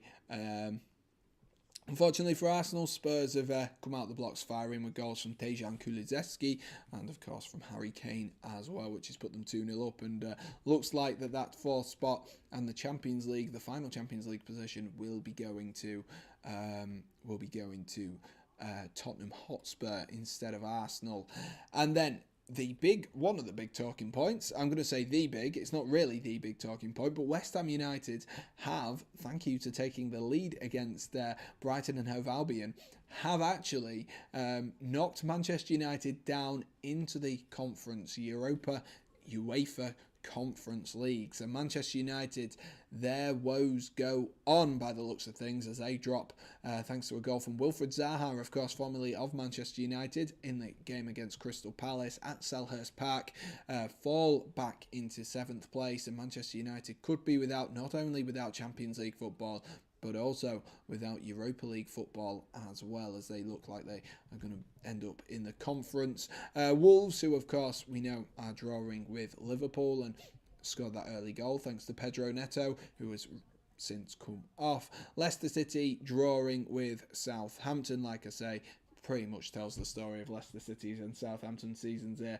Not really done too much wrong, just a little bit boring over the course of the season. Newcastle United are currently beating Burnley, so this is where the implications come in for the bottom of the table, as Newcastle United are 1-0 up against Burnley, and that potential result currently coinciding with the fact that Leeds and Brentford, despite Leeds having the ball in the back of the net, it is still 0-0 at Brentford. So as it stands, Leeds United will stay up. Leeds United will stay up, and it'll be Burnley, Watford and Norwich, the three sides relegated. That will be who gets relegated. So, all to play for. Absolutely all to play for going into this second half here, ladies and gents. So much to talk about, so much to digest. And really, the thing that we need to talk about is, just looking that Donny van de Bench actually started on the bench and had to come on for Decore. That'll tell you all you need to know about his season. Eddie Nketiah scored. I'm going to bring him into my FPL team. That's gutting. That is absolutely gutting. But thing to talk about, let's talk about Liverpool, of course. That is the featured game for us today. In terms of Liverpool, what are the positives? What are the negatives? I guess the positives are that, they have gone in. They now have to get themselves just the one goal in this game. That's all they need to get, just the one goal to get themselves the Premier League title. Of course, City do need to get themselves 2 goals, but that is easier said than done. Wolves are proving to be a bit of a threat and also proving to be very dangerous going forward, and defensively looking really, really sound. I'm just looking at that offside from Joe Gelhardt, and that is inches, a literal matter of inches between, literally maybe that much. I know it's a big gap, that is. Look how big that is. But that's the difference between Joe Gelhardt being onside and offside there. And at the moment, that is the difference between Burnley and Leeds United. And of course, the draw still suits Leeds United because Burnley are losing. But if Burnley get themselves a goal against Newcastle, which is quite possible, then it falls back into the hands of Burnley once again. So, there's so much, ladies and gents. There is absolutely so much. Get in the chat and get loud, ladies and gents. Get in the chat, get loud. Let me know your thoughts and feelings so far. It's been a bit quiet in the chat so far. Wiki said it's 85% possession for Arsenal at the Emirates today. That is a mental stat. That is mental. At the moment, really impressive for Arsenal. Hopefully they can keep their noses in front if that is the case and get themselves sorted in that sense. But like I say, guys, get yourselves in the chat, get involved, let me know your thoughts and feelings around the game so far. And if results hold, Manchester City will become the Premier League champions. Afternoon, Max. How are we doing, mate? Are you enjoying today's football? I would greatly appreciate some chatter from you. If you could, that would be absolutely excellent. Sorry being completely hooked in the footy. I know, I have as well. It's going on in places that I didn't even expect. West Ham and Manchester United now battling to the very end as well. So sometimes it gets you at the best of times, doesn't it? Sometimes it gets you at the best of times, and just all of a sudden takes you by surprise, and that's what today's football is doing, taking us all by surprise. Nothing has been straightforward. Literally, it's not been straightforward for anyone. Like, you look at the people who we were obviously focused on before the game in terms of Burnley. Burnley are behind and currently in the relegation zone. Leeds United had a goal disallowed, so that's not been straightforward. You look at Liverpool, they were behind, so that's not been straightforward. And Manchester City are still behind at half-time as well. So nothing is straightforward. Nothing ever is as straightforward as it seems in football. And that's where we're at the moment. That is where we are at the moment. Oh, I don't know whether to do a half-time game or if we've even got time to. Because there's so much going on. It's so quick and so much energy in this game so far and in today's set of fixtures that I just all I want to do is just go. Yeah, that's all we need. But I'm here for it and I'm absolutely loving it. And Chelsea Watford has got underway as well. So we do have some football back on. I want Burnley to stay up. I don't know. Like I said it at the beginning, Max, I think for me it's a weird one because I'm torn between the idea of having two Yorkshire teams would be ace in the Premier League, like a proper Yorkshire derby in the Premier League would be ace. If Huddersfield obviously can then go and do it next weekend. So that prospect for me is so exciting. But also Burnley, the Brexit Burnley is just all of a sudden warmed to me, and it's like they've been in the Premier League for so long. Yes, they don't do the prettiest of football, but they know what they're good at and they know how to do it well. And it definitely could be that Burnley go down, and that would be a real shame. Max says he didn't want it to be half time. I know half time seems to fly round. It seems to fly round when you're having fun, doesn't it? Half time, and today's definitely been one of them. Absolutely ecstatic football, end to end, in both games so far in this game. I think Liverpool I think Jurgen Klopp will have noticed this, and he will be just making Trent Alexander-Arnold aware of the fact that left flank for Manchester City for Wolves has been overly used, i.e. they keep attacking down that left-hand side, trying to catch Trent Alexander-Arnold on his toes and make sure, or see if he's switched off or anything like that. So they've just got to be aware of that. Let me have a look at my fantasy points as well. Nice, 6 points from Kulusevski and 10 points from Harry Kane. And then I don't have any points from Salah. Of course I don't. He's on the bench. Only 26 points. I need a minor miracle if I want to win the league. I'm going to minor miracle. My bro's a Manchester United fans who want Liverpool to win the PL, so I can banter him well. I mean, United fans, it must be a really bad position to sit in. a really bad position to sit in. Liverpool could win the quadruple. It's either that or Manchester City win the league. And with the way that the results are going, as Brighton and West Ham get underway, as the way that result is going, West Ham have actually knocked Manchester United out of the Europa League spots as well. So I'm sure your brother is having a real torrid time at the moment. I'm sure he's not pleased with the way things are unfolding for Manchester United. It's been a rough 10 years or so since Sir Alex left.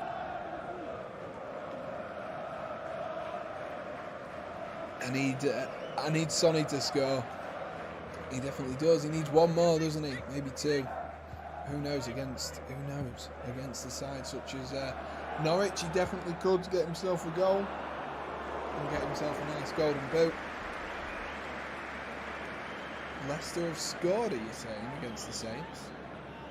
They have, 50 minutes in. Crikey, these games have been slow to get restarted. As Zinchenko is going to be coming on for Manchester City. The City game, for some reason, is the one that is showing on my screen, even though I'm on a Liverpool thing. It must just be because that one started and it's the same broadcaster. Bro, when will second half start? It will be in a second, as Zinchenko is running onto the pitch. The Liverpool game hasn't actually kicked off yet. In the second half, they were a bit delayed. Afran, they were a bit delayed with their finish due to an injury to Jose Sarr. But James Maddison has scored in the Leicester game, and Manchester City and Aston Villa are underway as well. So all eyes on Manchester for the time being. All eyes on Manchester for the time being. But let us know who you're supporting, Afran. Let us know who you are supporting, and if you're going to be back in the blue of Manchester City or the reds of Liverpool for the title.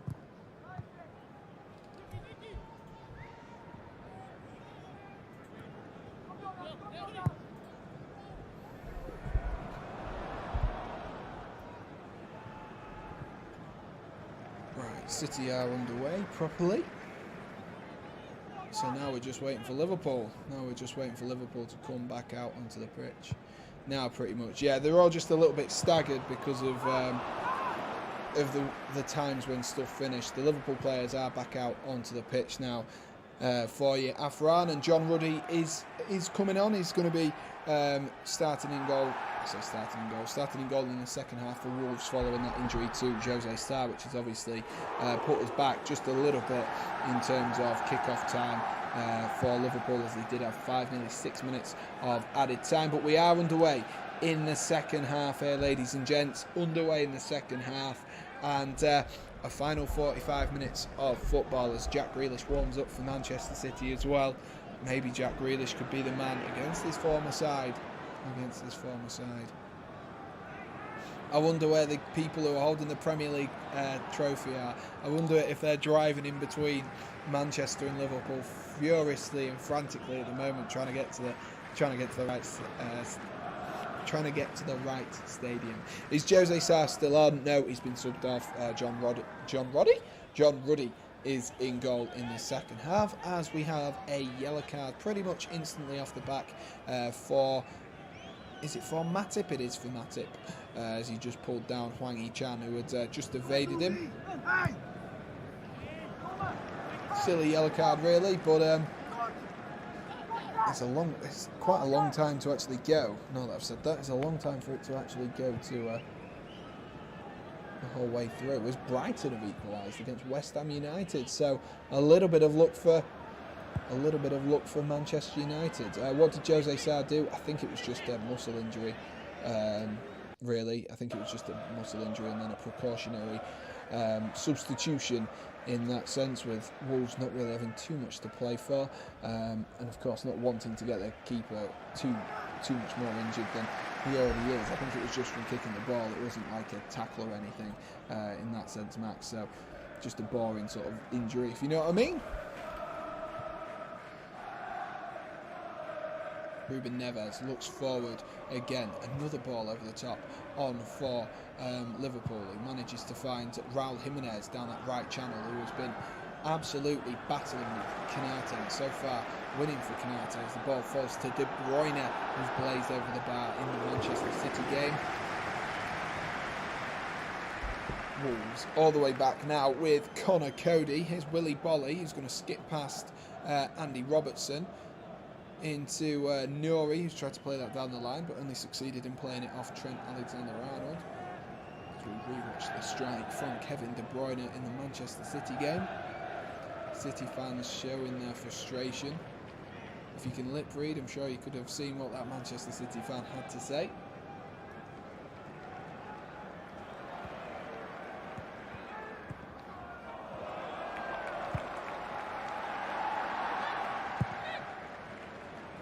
Tyrone Mings has just got himself in the book as well for dissent in the City game. I do apologise, there wasn't too much happening there between Liverpool and Wolves, just the ball being played around at the back, and there's apparently more happening for Manchester City. Today is definitely a day where both teams need a hero.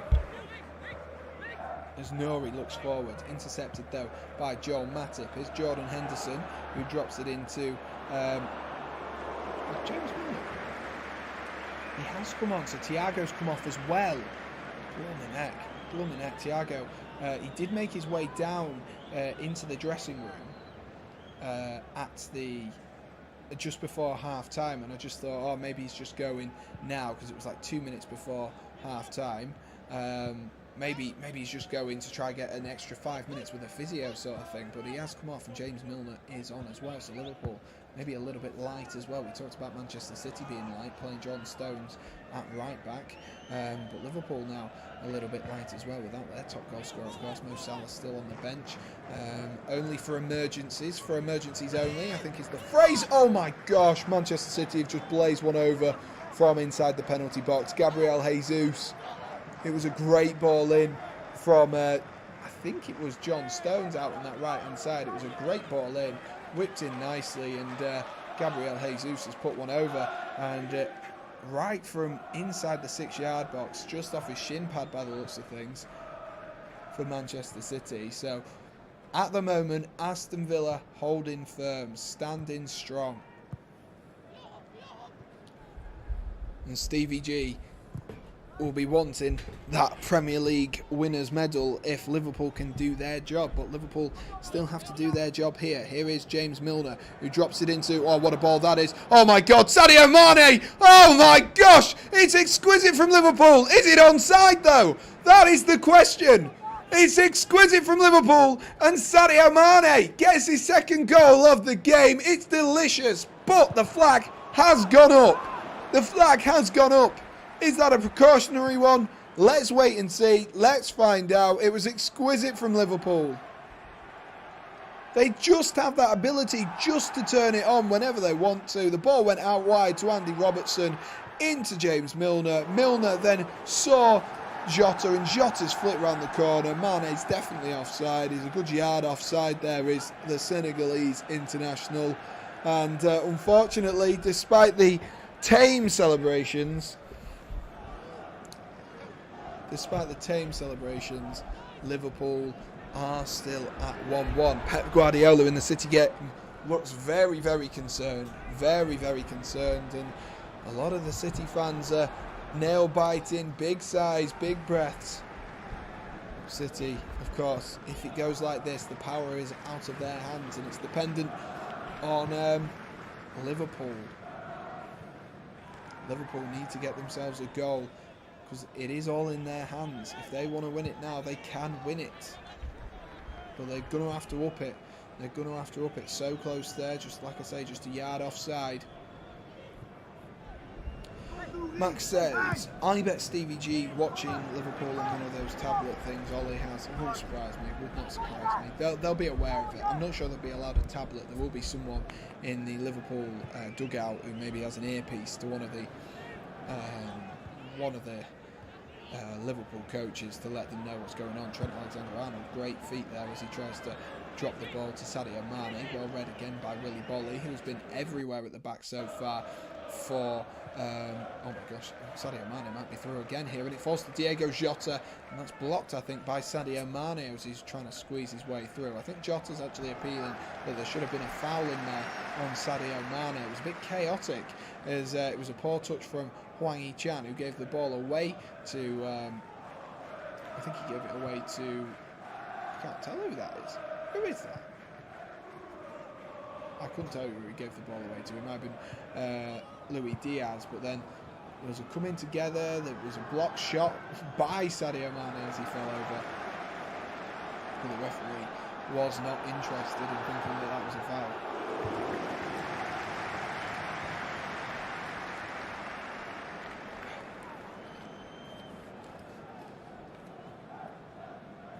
Let's see what he's given here. I think he's given a goal kick here, the ref has. I think the referee's given a goal kick. As Arsenal get themselves a third. So it's 3-1 to Arsenal now. So that looks done and dusted for Arsenal. Like I said, that top four battle really is done and dusted. I'm sure Heung-min Son, though, will be looking to try and get himself on the score sheet at Tottenham Hotspur Stadium, if that's where they are at the moment. I can't quite remember. But I'm sure he'll be looking to get himself on the score sheet. Now they're at Norwich, so it's at Carrow Road. 53 minutes on the clock, guys. Let's give you a 1 minute debrief of everything that's gone on so far in this game. Liverpool conceded nice and early on, which obviously meant that Liverpool were going to have to do it the long way round as, oh my gosh, Ollie Watkins there, golden opportunity, sorry. Ollie Watkins, golden opportunity. And Max is absolutely right. Golden opportunity for Ollie Watkins has not been taken there. That could have really put the nail in the coffin for Manchester City's hopes of a win today. But back to 1 minute of this game. Liverpool concede early, long ball over the top. Raul Jimenez pretty much sweaty goals the ball across the box to Pedro Neto, who then taps it in. Pedro Neto then does get injured himself, but that long ball over the top towards Pedro Neto had been on all the time, and they used it to their advantage, and they did score. That was literally 2 minutes in, and Sadio Mane scores an exquisite goal thanks to a delicious flick from Thiago, and now Leeds have just scored. Leeds have just scored as well, as Raheem Sterling is going to come on for Riyad Mahrez. So Leeds have just scored. Why do I keep dropping my phone? I don't know. But Leeds have just scored. Neto's always injured, but he's very good though. He can be on his day, can't he? He's a very positive player with the way that he plays. And Leeds scoring means that Burnley need to book their ideas up. Burnley are still 1-0 down. Still 1-0 down, and if they want any chance of staying in the Premier League this season, they cannot keep relying on VAR to get them out of here. And, oh my gosh, Liverpool on the counter-attack again. But Leeds have scored against Brentford, and Brentford don't seem to be really posing too much of a threat as Leeds are dominating and dictating at the moment in that game. Henderson finds Trent Alexander-Arnold, and that's going to cannon back to John Ruddy.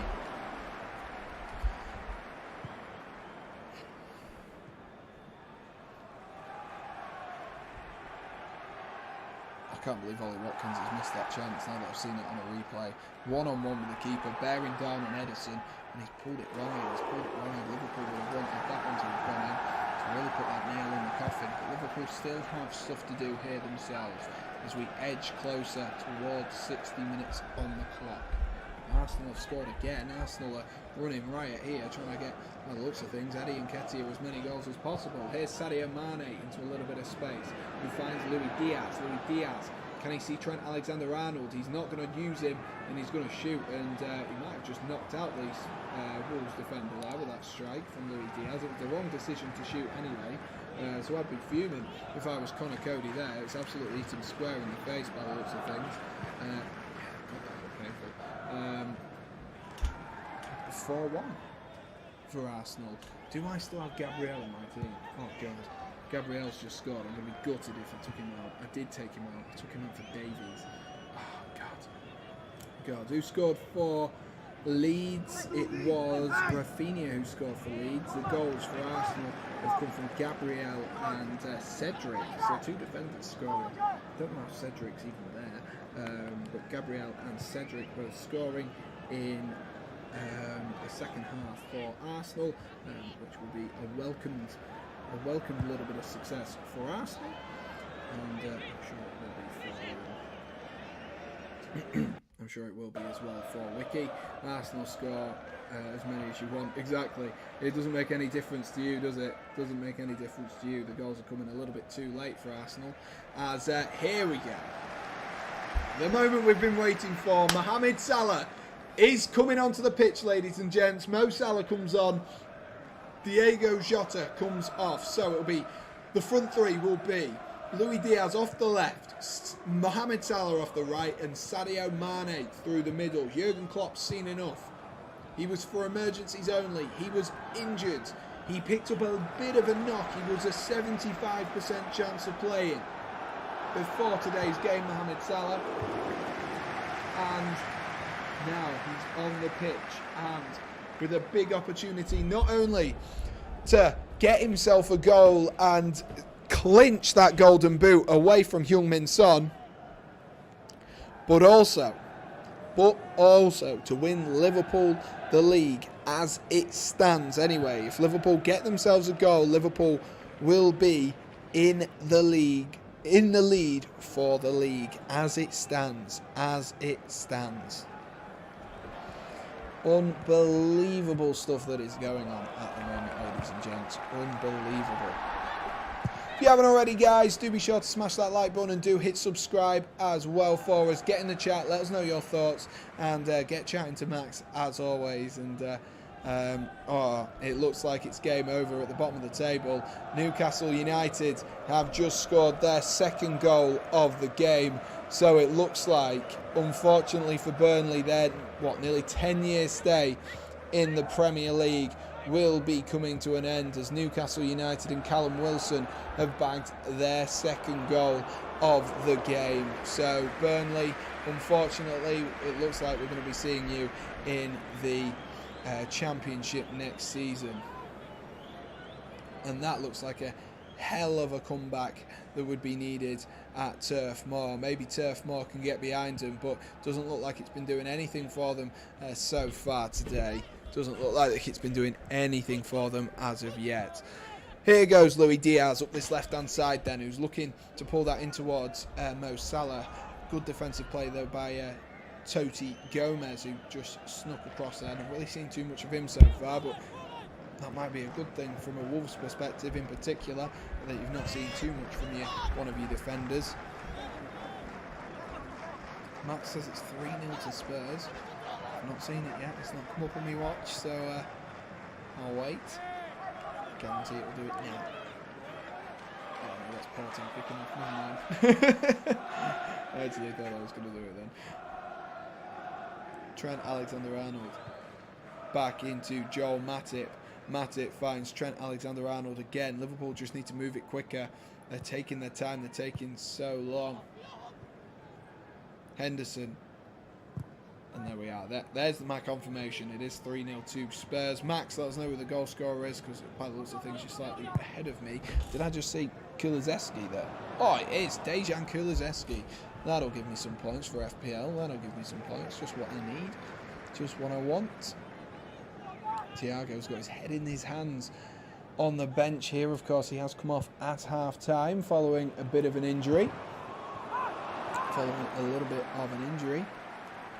For the Spaniard, despite setting up Liverpool's goal and Sadio Mane's goal, he'll be disappointed that he's not able to feature in it, because Thiago definitely is someone who is a game changer, but had to come off just before half-time. He wasn't fit enough to come back out in the second half. Here is Gomez now.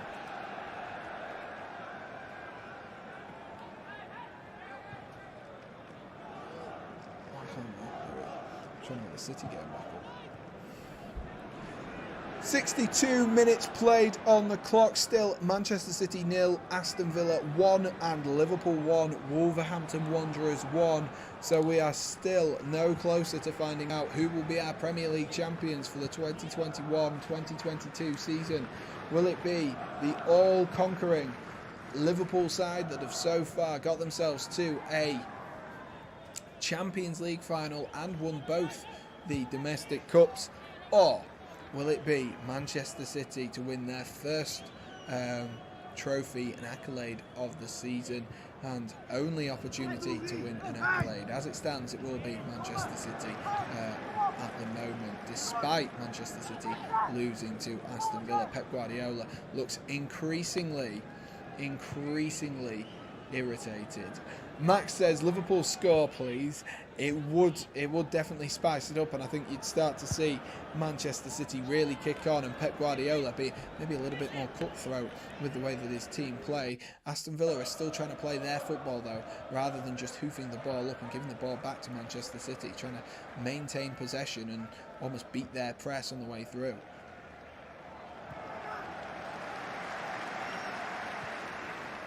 Ruben Neves tries to unleash Hwang Hee-chan again, looking for that long ball that I said and talked about so early on, as Ollie Watkins tries to take the ball round Ederson there, but he was just deemed to have been offside in the Manchester City game.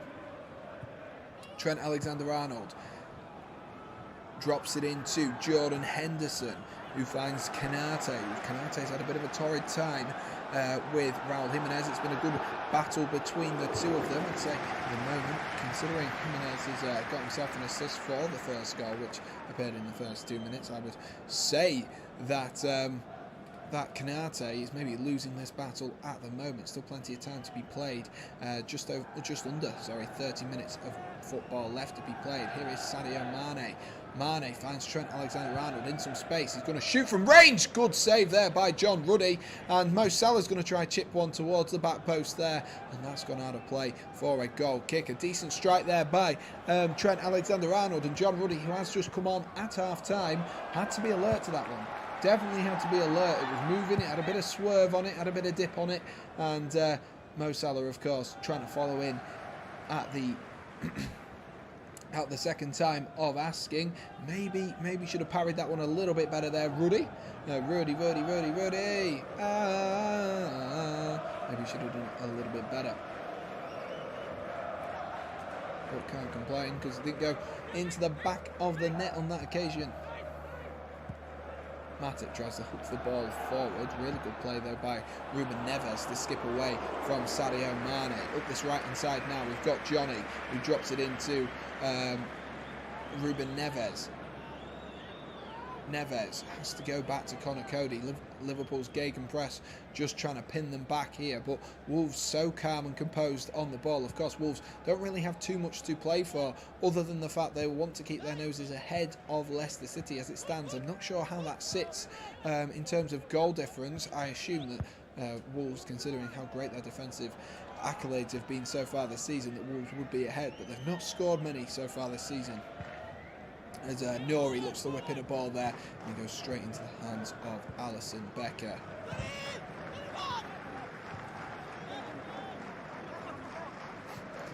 I've just seen Fabrizio Romano has tweeted that I think it's Mohamed Salah, Kylian Mbappe. Never mind. That Kylian Mbappe has said in a statement that he'll be a Real Madrid fan for the Champions League. Alright, yeah, I'm sure Real Madrid really care about that, considering you've just snubbed them for like 300 million quid or whatever it is. There's an unreal, absolutely unreal contract PSG have given it, and it shows how bad football is getting in terms of the fact it's just money based now. Absolutely just money based. 25 minutes left to see if anything will change. Throw in for Wolves. Here's Nuri. Tries to switch it there towards Connor Cody. Put a little bit too much pace on the ball there for his captain, who did well actually to ping the ball over. It is 4-0 to Spurs. Just going to look for the goal scorer before we do confirm that, because most of the time my goal scorers will change depending on if there's VAR as well, it'll usually rule it out before it says the goal scorer. If the goal scorer comes in, it's usually okay.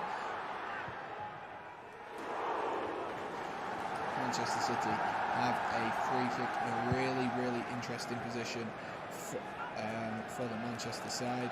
Really, really interesting position. And you're going to be very pleased because Heung-min Son has just scored, Max. Heung-min Son has just scored. I'm going to wait until I update that just to see how this Kevin De Bruyne free kick develops at the edge of the box. That's blazed over there from Kevin De Bruyne. I'm never really going to worry. The Aston Villa goalkeeper, never going to worry them whatsoever. Very, very tame. Very tame. Gundogan is going to be coming on for Manchester City. Maybe the first opportunity, maybe the last opportunity for Gundogan to represent in a Manchester City shirt. 68 minutes on the clock. Could be a big few minutes for him there as Mo Salah looks to go up the other end. And good block there by Willy Bolly.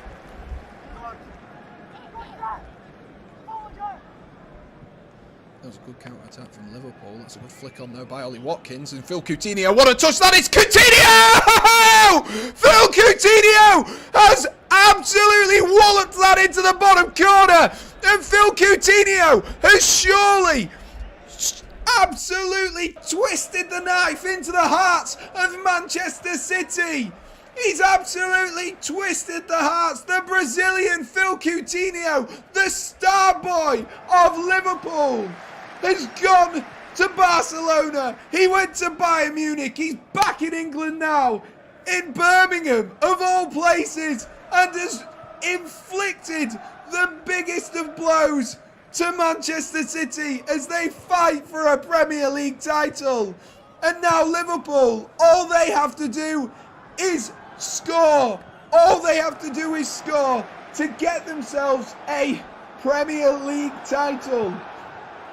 Villa and Steven Gerrard and Phil Coutinho have done all they can do at this current moment in time. They just have to hang on now. Aston Villa do. But Liverpool need to up their game. You can see what it means in the stands to the Liverpool fans that Phil Coutinho has scored.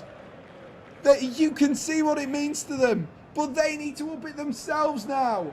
They need to up it themselves, because if not, it still goes Manchester City's way. And Coutinho and his hard work will all be in vain as Liverpool appeal for a handball there in the box. Trent Alexander-Arnold appealing for a handball on Willy Bolly. I'm sure we'll take another look at it here. Trent Alexander-Arnold cutting on his left foot. It does hit his hand, but it's in his natural silhouette. Is that going to be given as a penalty though? This could be a deciding moment. What do VAR think? Has that hit his knee onto his hand or his hand onto his knee? Naby Keita looks like he's come off for Liverpool. Bobby Firmino is coming on now. Evening to Richie as well, who says Villa 2-0. Absolutely. I've got both games running simultaneously for us, ladies and gents.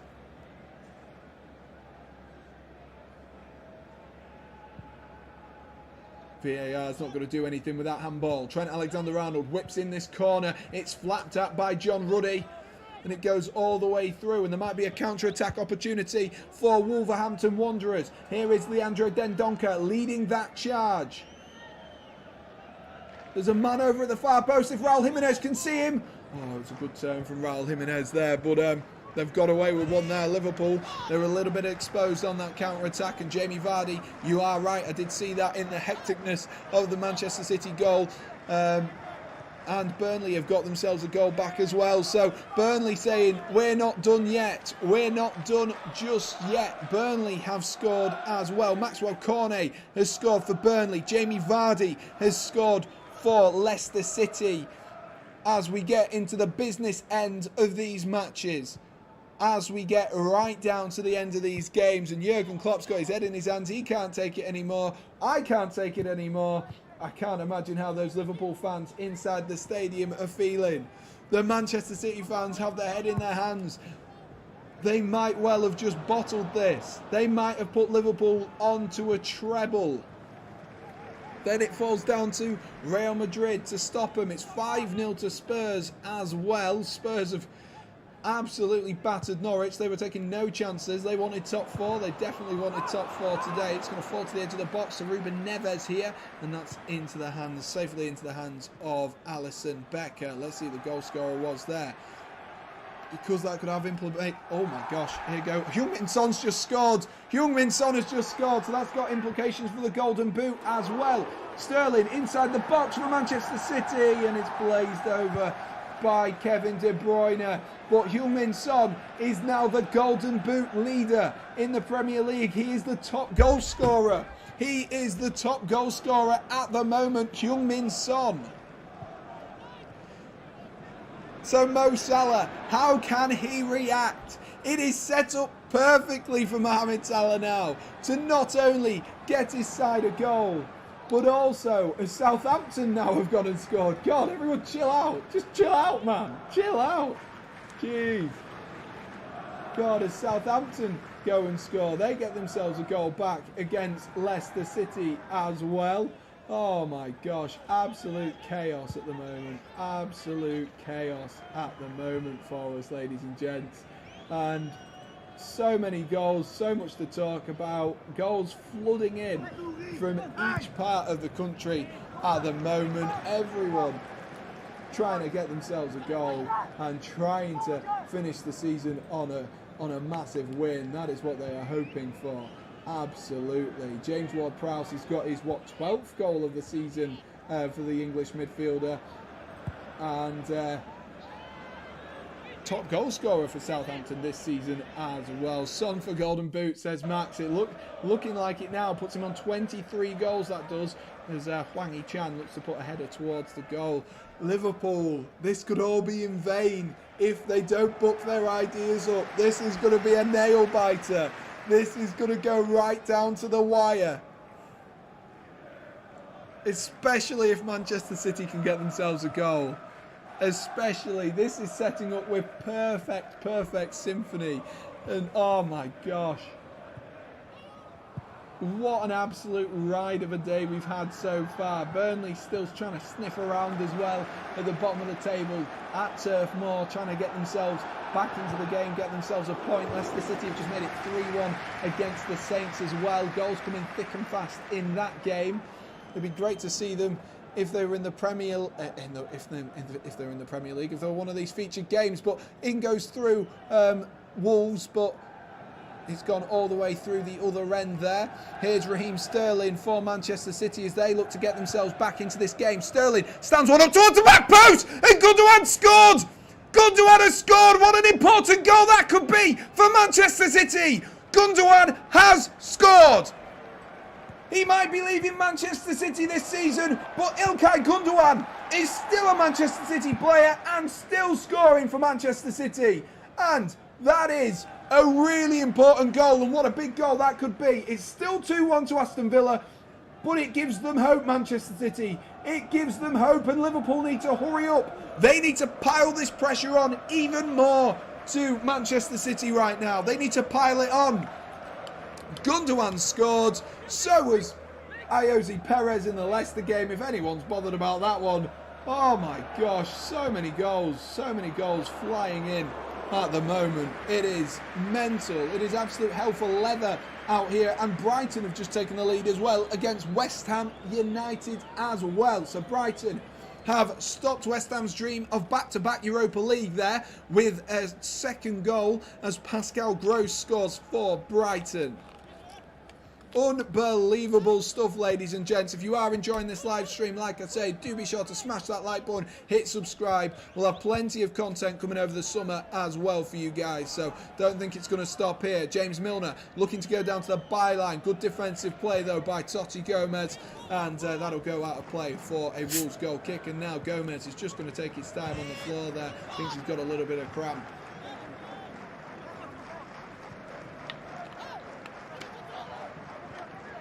And there might be another twist of the tail at the bottom of the table as Brentford equalised against Leeds United. Brentford have equalised against Leeds United at the bottom of the table, which means Leeds still have that extra point. They're still ahead of Burnley.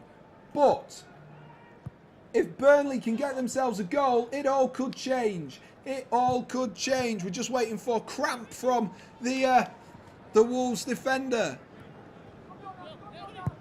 Laporte goes up the left-hand side, drops it into Zinchenko. Here's Gundogan.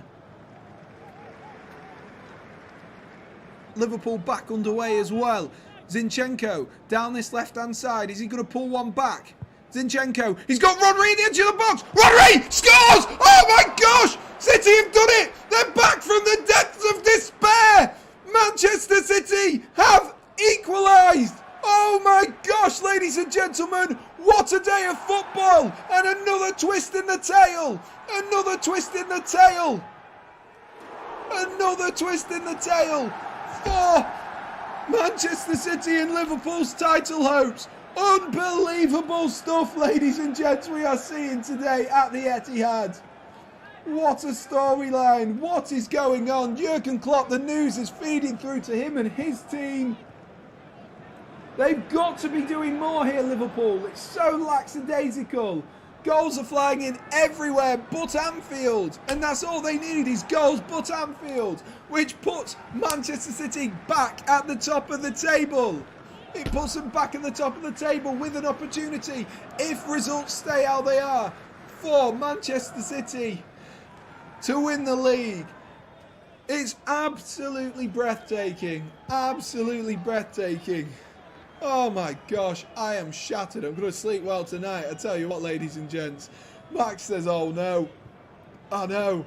It's an absolute, another twist in the tail. Another twist in the tail.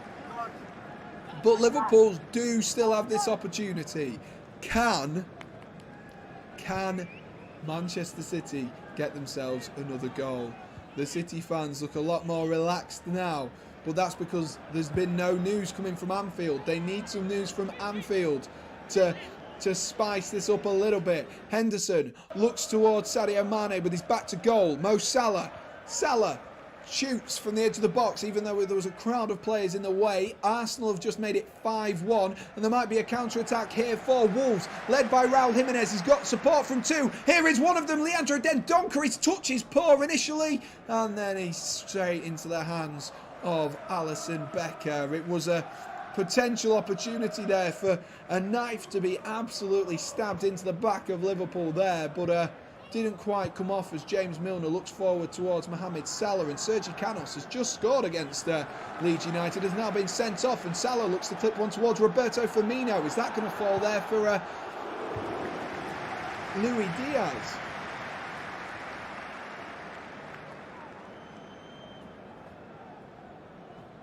It's absolutely all going off there. Absolutely all going off. There's goals flying in absolutely everywhere. Liverpool just can't do a thing, can they? Liverpool can't do a thing. They're taking too much time here. Unbelievable stuff. What a ball that is.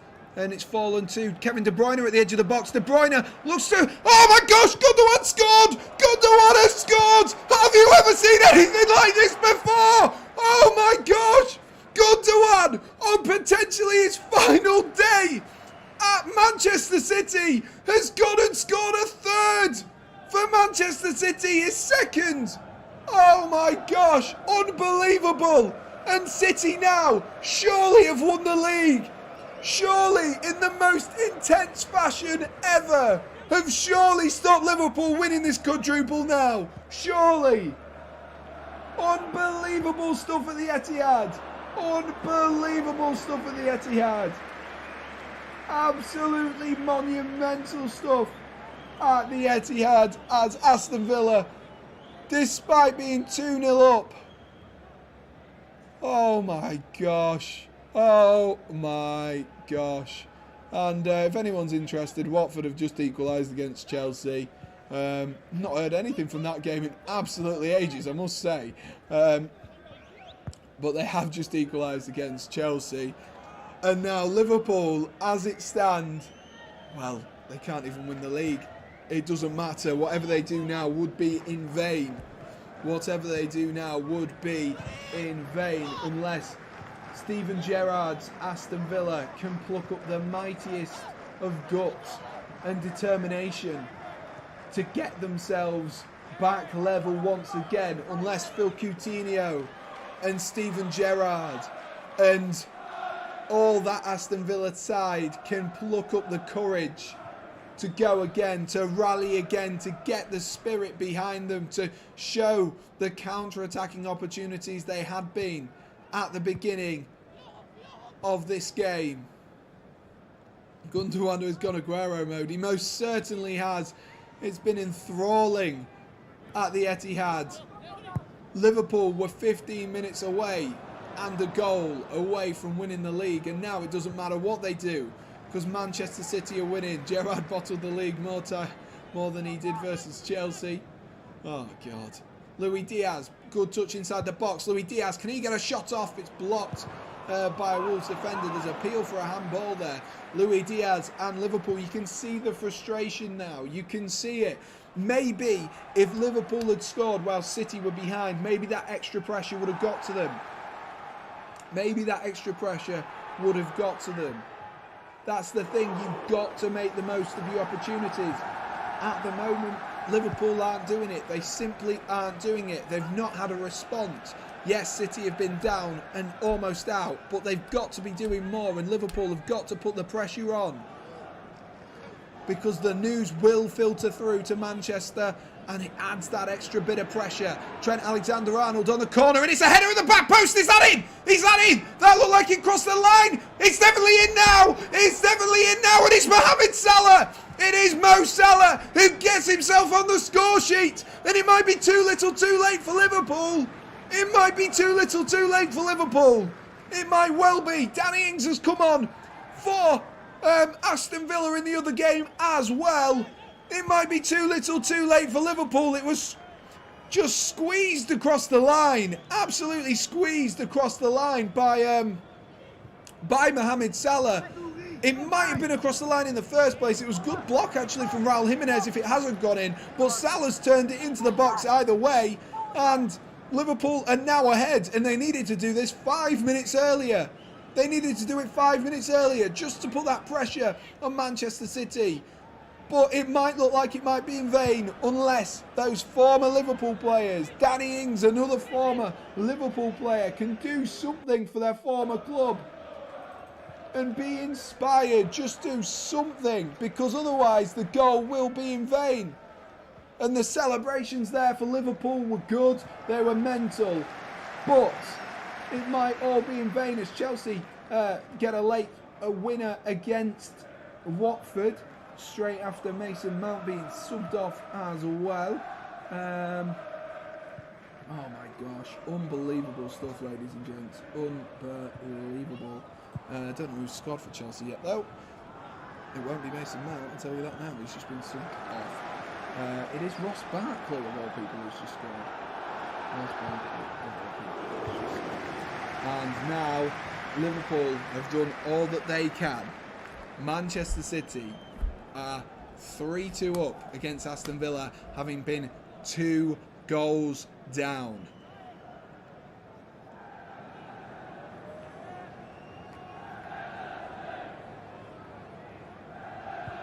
There seems to be a lot of Liverpool fans thinking for some reason that City are still behind, and they're not. As it stands, Liverpool are not going to win the league.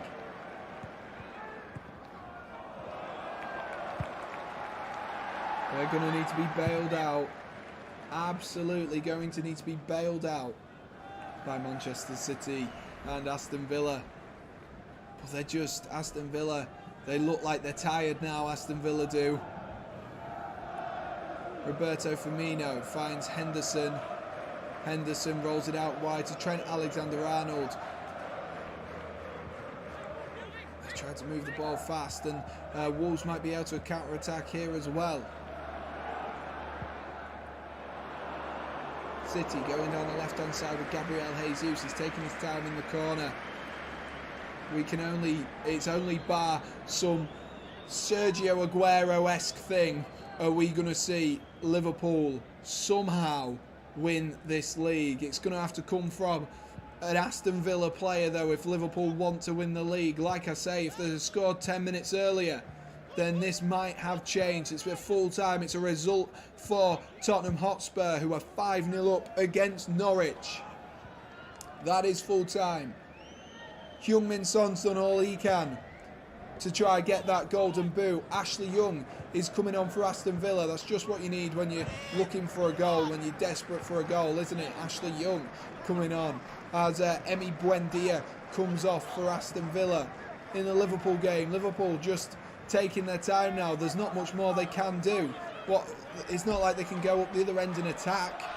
There's nothing they can do. They've just got to try hold on to the ball and potentially just try get that 3 points and hope and dream and wish that some of these former Liverpool players, their former captain, their hero, their legend, whatever adjective you want to use to describe Steven Gerrard, that he, the man who comes up for them in big moments, will come up for them again in another big moment and a title deciding moment. He might not have won one as a player for Liverpool, but he can do them a favour and help his former side win them as a manager. Curve says up the Salah. Curve's had an absolute roller coaster as well by the looks of things. It's rolled in towards the back post. Trent Alexander-Arnold, he's going to roll into Salah. Oh, Salah, what are you trying there? He's tried to toe poke it towards the goal, and it's really poor from Mohamed Salah. It's 3-1 as well now to Brighton and Hove Albion. 3-1 as Danny Welbeck gets himself a goal on the score sheet. Liverpool aren't done. They're trying to get themselves another. It's pulled back, and there's the goal. There we are. That should seal it as Andy Robertson scores for Liverpool. That should seal it for Liverpool. But like I say, it's all in vain. It's all in vain. All in vain. Absolutely all in vain for Liverpool. It's a really, really good goal for Liverpool. The lovely little flick back from Fabinho into the path of Andy Robertson. But like I say, it's all in vain. To quote the vaccines, it is all in vain, ladies and gents. And unless there is a massive turnaround, unless there is a huge turnaround for Aston Villa, if they can get themselves a goal, they need to get the ball up the field if they want to get themselves a goal. But unless they can get themselves a goal, Liverpool look like they will be finishing in second place this season. It's gone all the way down to the final day. It's had ups and downs. It's had absolutely everything. It's full time now at as well at Brighton. It's 4-1 to Southampton as well. I'm just trying to get myself all up to date with all of these scores as they come in, causing me all kinds of problems. No salad. Have a cucumber. Is there going to be one last moment for Aston Villa to nip themselves a win? They're going to have to get the ball off Manchester City if they hope to do that. There's 4 minutes of added time in both games. Ederson, of course, he's going to take his time. He's going to absolutely take his time. It's finished. Arsenal 5, Everton 1. I just need to move Robertson's name because for some reason he's gone into the other names.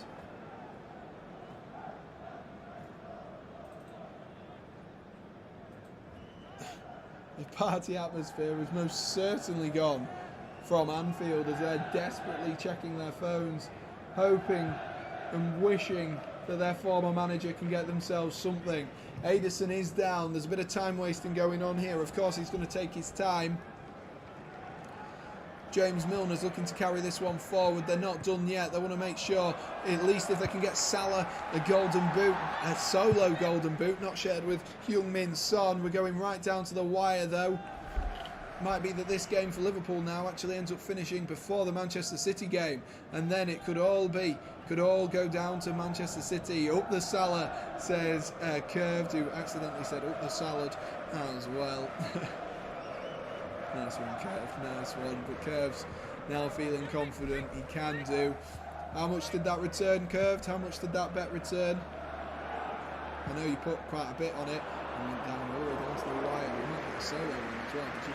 You put extra stuff on for a solo one. City time wasting the ball in the corner.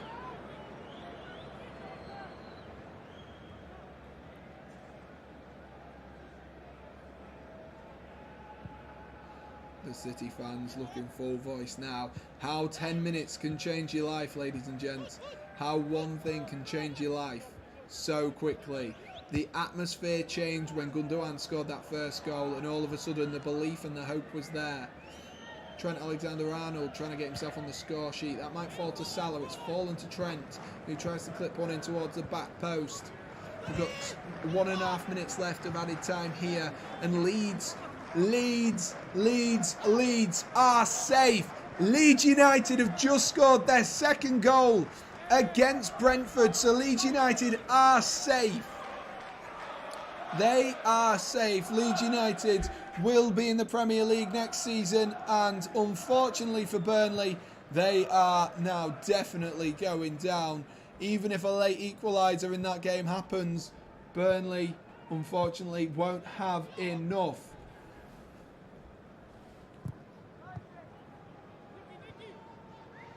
Aston Villa trying to get the ball back off Manchester City. They just can't seem to at this current moment in time. They were so close to having such a vital part in English football in history, and they might well do yet, but they've got about 10 seconds left of regular time here.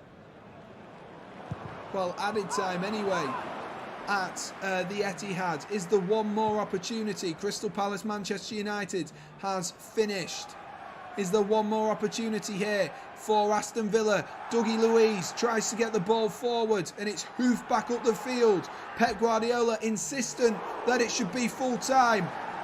Pep's cheering, he's shouting. Jack Harrison's the man who scored, and there it is! There's the full-time whistle! It's irrelevant what happens now at Anfield. There is the full-time whistle in the most dramatic of circumstances. Liverpool have lost in the final game, the championship, to Manchester City. It all looked perfect. It looked absolutely hunky-dory for Manchester City as they were at 0-0. It looked hunky-dory for Liverpool as it was 1-1 and Manchester City were 2-0 down. But ladies and gents, isn't this why we love football? The quadruple, the dream has gone for Liverpool in the most dramatic of circumstances. They did all they could. They did absolutely all they could. Aston Villa did all they could. But at the end of the day, what we saw was a Manchester City side with guts, with determination, with absolute bravery and the heart of an absolute lion. And that is how they got back into this. They have spent their money, they have bought big players, they have done absolutely everything they could to try and win the league. But what a comeback. That'll be one of the comebacks of the season. Absolutely one of the comebacks of the season and of a lifetime for myself and for many people who watch the Premier League across the world. You talk about the great comebacks. You think of Liverpool with great comebacks. You talk about Istanbul. You talk about Barcelona. You talk about PSG versus Barcelona. But this is right up there. Never has it meant more for Manchester City, and what a comeback it was. There's a pitch invasion, which is no surprise whatsoever. Absolutely no surprise. John Stones looks like he's been caught up in a few bits and bobs maybe. There was a few players there who were trying to get themselves away. Stewards just surrounding their players. The Liverpool fans are staying and singing and chanting loud. Mad respect to the Liverpool fans, and it's It is testimony to how this Liverpool team have played this season and how good they have been, that not only over the last 4 years have we seen Liverpool and Manchester City go toe-to-toe so frequently, but for the second time in 5 years, 4 or 5 years, has it gone down to a singular point. At one point it could have been oh so different for both sides. Manchester City were 2-0 down, like I say. Liverpool at 1-1 just needed one goal to get themselves ahead. But my God, how does football change? It is absolutely fantastic, and that is why we love this game. That is why we love this game. It was a monumental game, and I cannot believe the scenes we have seen here today. It has been fantastic from start to finish, and before we get any further, a massive congratulations to Leeds United as well. Another season in the Premier League. Commiserations, Burnley fans, real commiserations, fans. But Leeds United, just take a breath, relax. You're in the Premier League for another season. It's been a ridiculously hard season for Leeds United. No Patrick Bamford for the best part of the season. Without Calvin Phillips for the best part of the season as well. And so they've had to deal with it. They've had to change managers. They've had to do so many things this season, Leeds United. And at one point, they looked like they were clear and dry. Burnley, they put in a real fight. Everton have put in a real fight as well. Newcastle have put in a real fight this season. But at the end of the day, on the final day, Burnley couldn't stomach a result against Newcastle United, a team that they would have so desperately wanted to have beaten and picked up points from. But Manchester City are the Premier League champions. Tottenham Hotspur will be in the top 4, and Leeds United will be in the Premier League for one more season. I hate fans pitch invading. I think it's disgusting.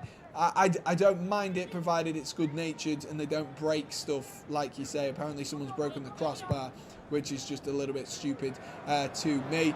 Before we get into the celebrations for Manchester City fans, let's just have a look at the scores. As you can see, Arsenal 5, Everton 1. Brentford, who had a man sent off, did eventually end up losing to Leeds United. What a turnaround, and what a great game that is for Leeds United.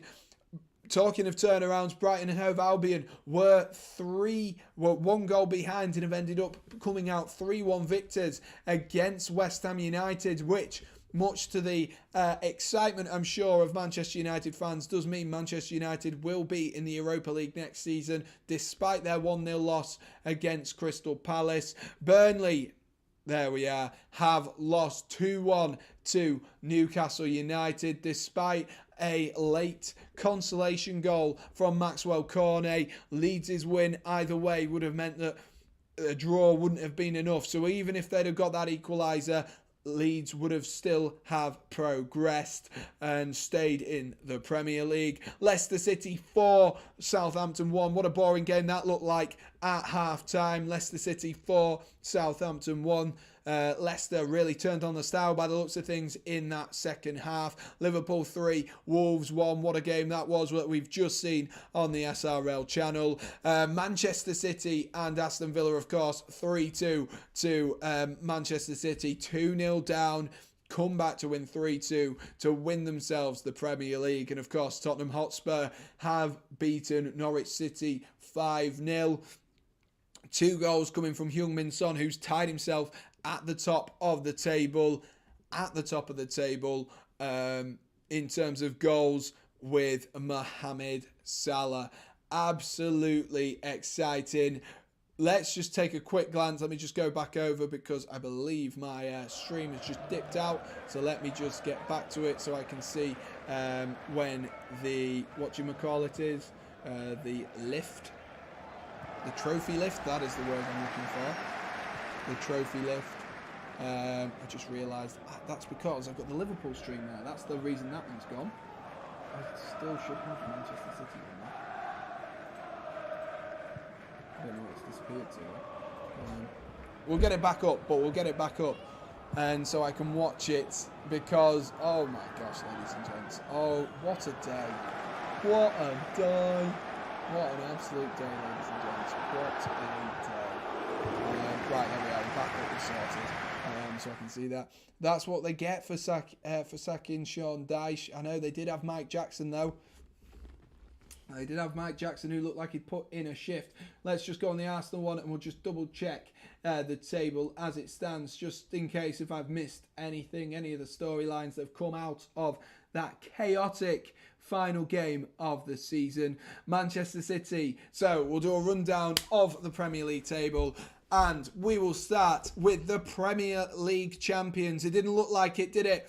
After, 80 minutes, it did not look like Manchester City were going to be named Premier League champions. The quadruple looked like it was on for Liverpool, but Manchester City, in dramatic style, get themselves a late winner thanks to Ilkay Gundogan coming on and scoring a brace.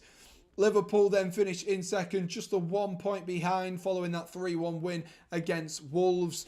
Chelsea, who had already cemented their spot in third place, finish in third place, unsurprisingly. Tottenham Hotspur in fourth place following that 5-0 win against bottom of the table Norwich City. Arsenal did all they could as they pummeled Everton 5-1. Manchester United, despite their loss against Crystal Palace, finished the Premier League season in sixth with Europa League football, which will be music to the ears of Ralph Rangnick and, of course, Erik ten Hag when he comes in.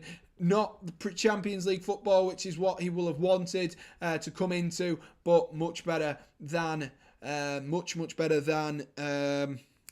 Europa Conference League. That name goes from my head every time. West Ham then will be in the Conference League this season. Leicester City finished themselves in 8th following a win today. And of course, Brighton finish in 9th. They have both leapfrog 10th place Wolverhampton Wanderers right on the final day, despite Wolves having a 2-point gap on them at the start of play. They have both leapfrogged them and all got top 10 positions. What a great season it has been overall for Brighton. Top half finish. Graham Potter will be absolutely loving that and adoring it. Afternoon Shrafter as well, who says GG, most certainly, to Manchester City. But like I say, Wolves, because of that loss to Liverpool, have dropped down to 10th place. Newcastle United, following their 2-1 win against Burnley, which has ultimately relegated Burnley, finish in 11th place, 2 points behind 10th place, which, considering where they were at halfway stage of the season, they'll be very pleased with that. Crystal Palace finish in 12th. Brentford, despite having a good run in towards the end of the season, managed to finish in 13th. The valiant effort of Aston Villa was not good enough for a win today, which sees them stay in 14th. 15th is still the same with, 15th and 16th is still the same with Southampton and Everton, who really had not too much to play for. And Leeds United, just about on the final day, get themselves afloat and finish in 17th place, ahead of 18th place Burnley, who will be relegated from the Premier League for the first time in almost 10 years. And of course, Watford and Norwich, bringing up the rear is probably the nicest way to say it.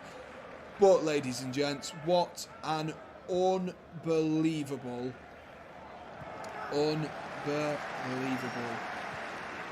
final day of football.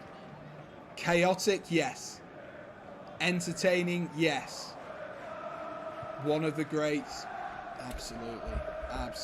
Wiki says Burnley down. Max puts Burnley and then crying faces. And from that GG, I mean Gerrard slipped again. Nice, nice. But oh my gosh, I'm probably going to have to take a nap after this. I tell you what, unbelievable from Manchester City. Liverpool did all they could. They did absolutely all they could. And what a result that is for Manchester City today. What a result that is. My condolences, of course, go out to the Liverpool fans. You know, that was such a valiant effort. Liverpool have been fantastic, like I say, all season long. Absolutely all season long.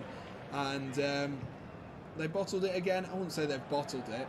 I wouldn't say Liverpool have bottled it in any way, shape or form. They couldn't do anything. There was nothing they could do at the end. It's more credit where credit's due to Manchester City. Personally, Shrafter, I wouldn't say Liverpool have bottled it by any stretch of the imagination. Liverpool have been fantastic this season, and that's why they've won the double, taken Manchester City to the final game of the season, and they've got themselves to a Champions League final as well. Still plenty to talk about, and still plenty to play for Liverpool as well. Potentially, a 7th Champions League could be around the corner for them. So whilst, oh, you meant Aston Villa, fair enough. So whilst that is a kick in the teeth, Liverpool will have to regroup and rearm for next weekend, and hopefully for Liverpool they'll get a better result that time round. I'm sure they will be happy with a treble, despite not winning the league. Is very, very close against a side like Manchester City. You always know it's going to go right down to the wire. Always know it's going to go right down to the wire. What a day, ladies and gents. What a day. If you have enjoyed this stream, ladies and gents, do be sure to smash that like button and do hit subscribe as well. We're 5 likes away. We've only had 10 people like so far, ladies and gents. We've had loads of people in here, so be sure to smash that like button if you have enjoyed. You streaming the World Cup, Sam? I mean, I will, but it's not until December, is it, Curve, this year. So what we're gonna do is I'm gonna put a bit of a plan together over the summer period. We're going to get a little bit of a kit show, that kind of thing, going. We're going to get that kind of thing sorted. We're going to get the F1 streams are going to be on, so you'll still have content coming on this channel, so it won't be dormant over the summer, and I'll try and get myself back into a few videos, maybe a video a week as well. And then if you're missing your content, there will still be stuff going on my YouTube, on my TikTok, and on my Instagram as well. So there's still plenty of content that will be coming. This is not the end, of course. Keep your eye out for anything to do with the Champions League final or the playoff final. I'm still trying to get tickets to the playoff final for Huddersfield Town. I'm so excited for that. I hope I can find myself some tickets. General sale is Monday. I need to speak to Josh actually about that, see if we can get tickets together. But general sale is on Monday. Hoping to get that sorted. And ready to rumble. And like I say, keep an eye on it. Smash that like button if you haven't already. Do hit subscribe as well. Max is like, great stuff. Cheers for the great work this season. So, thanks, Max. I really appreciate that. And hopefully next season will be a better season for Chelsea. What a season it's been so far this season. I'm feeling a little bit nostalgic now that it's come to an end.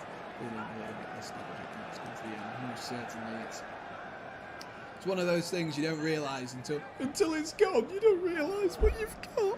Oh my god. I'm joking, of course.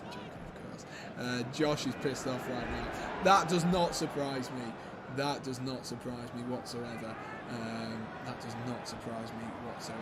If you could mute that one, that would be great. Could you get the hammer out, please? Either Max or Curve.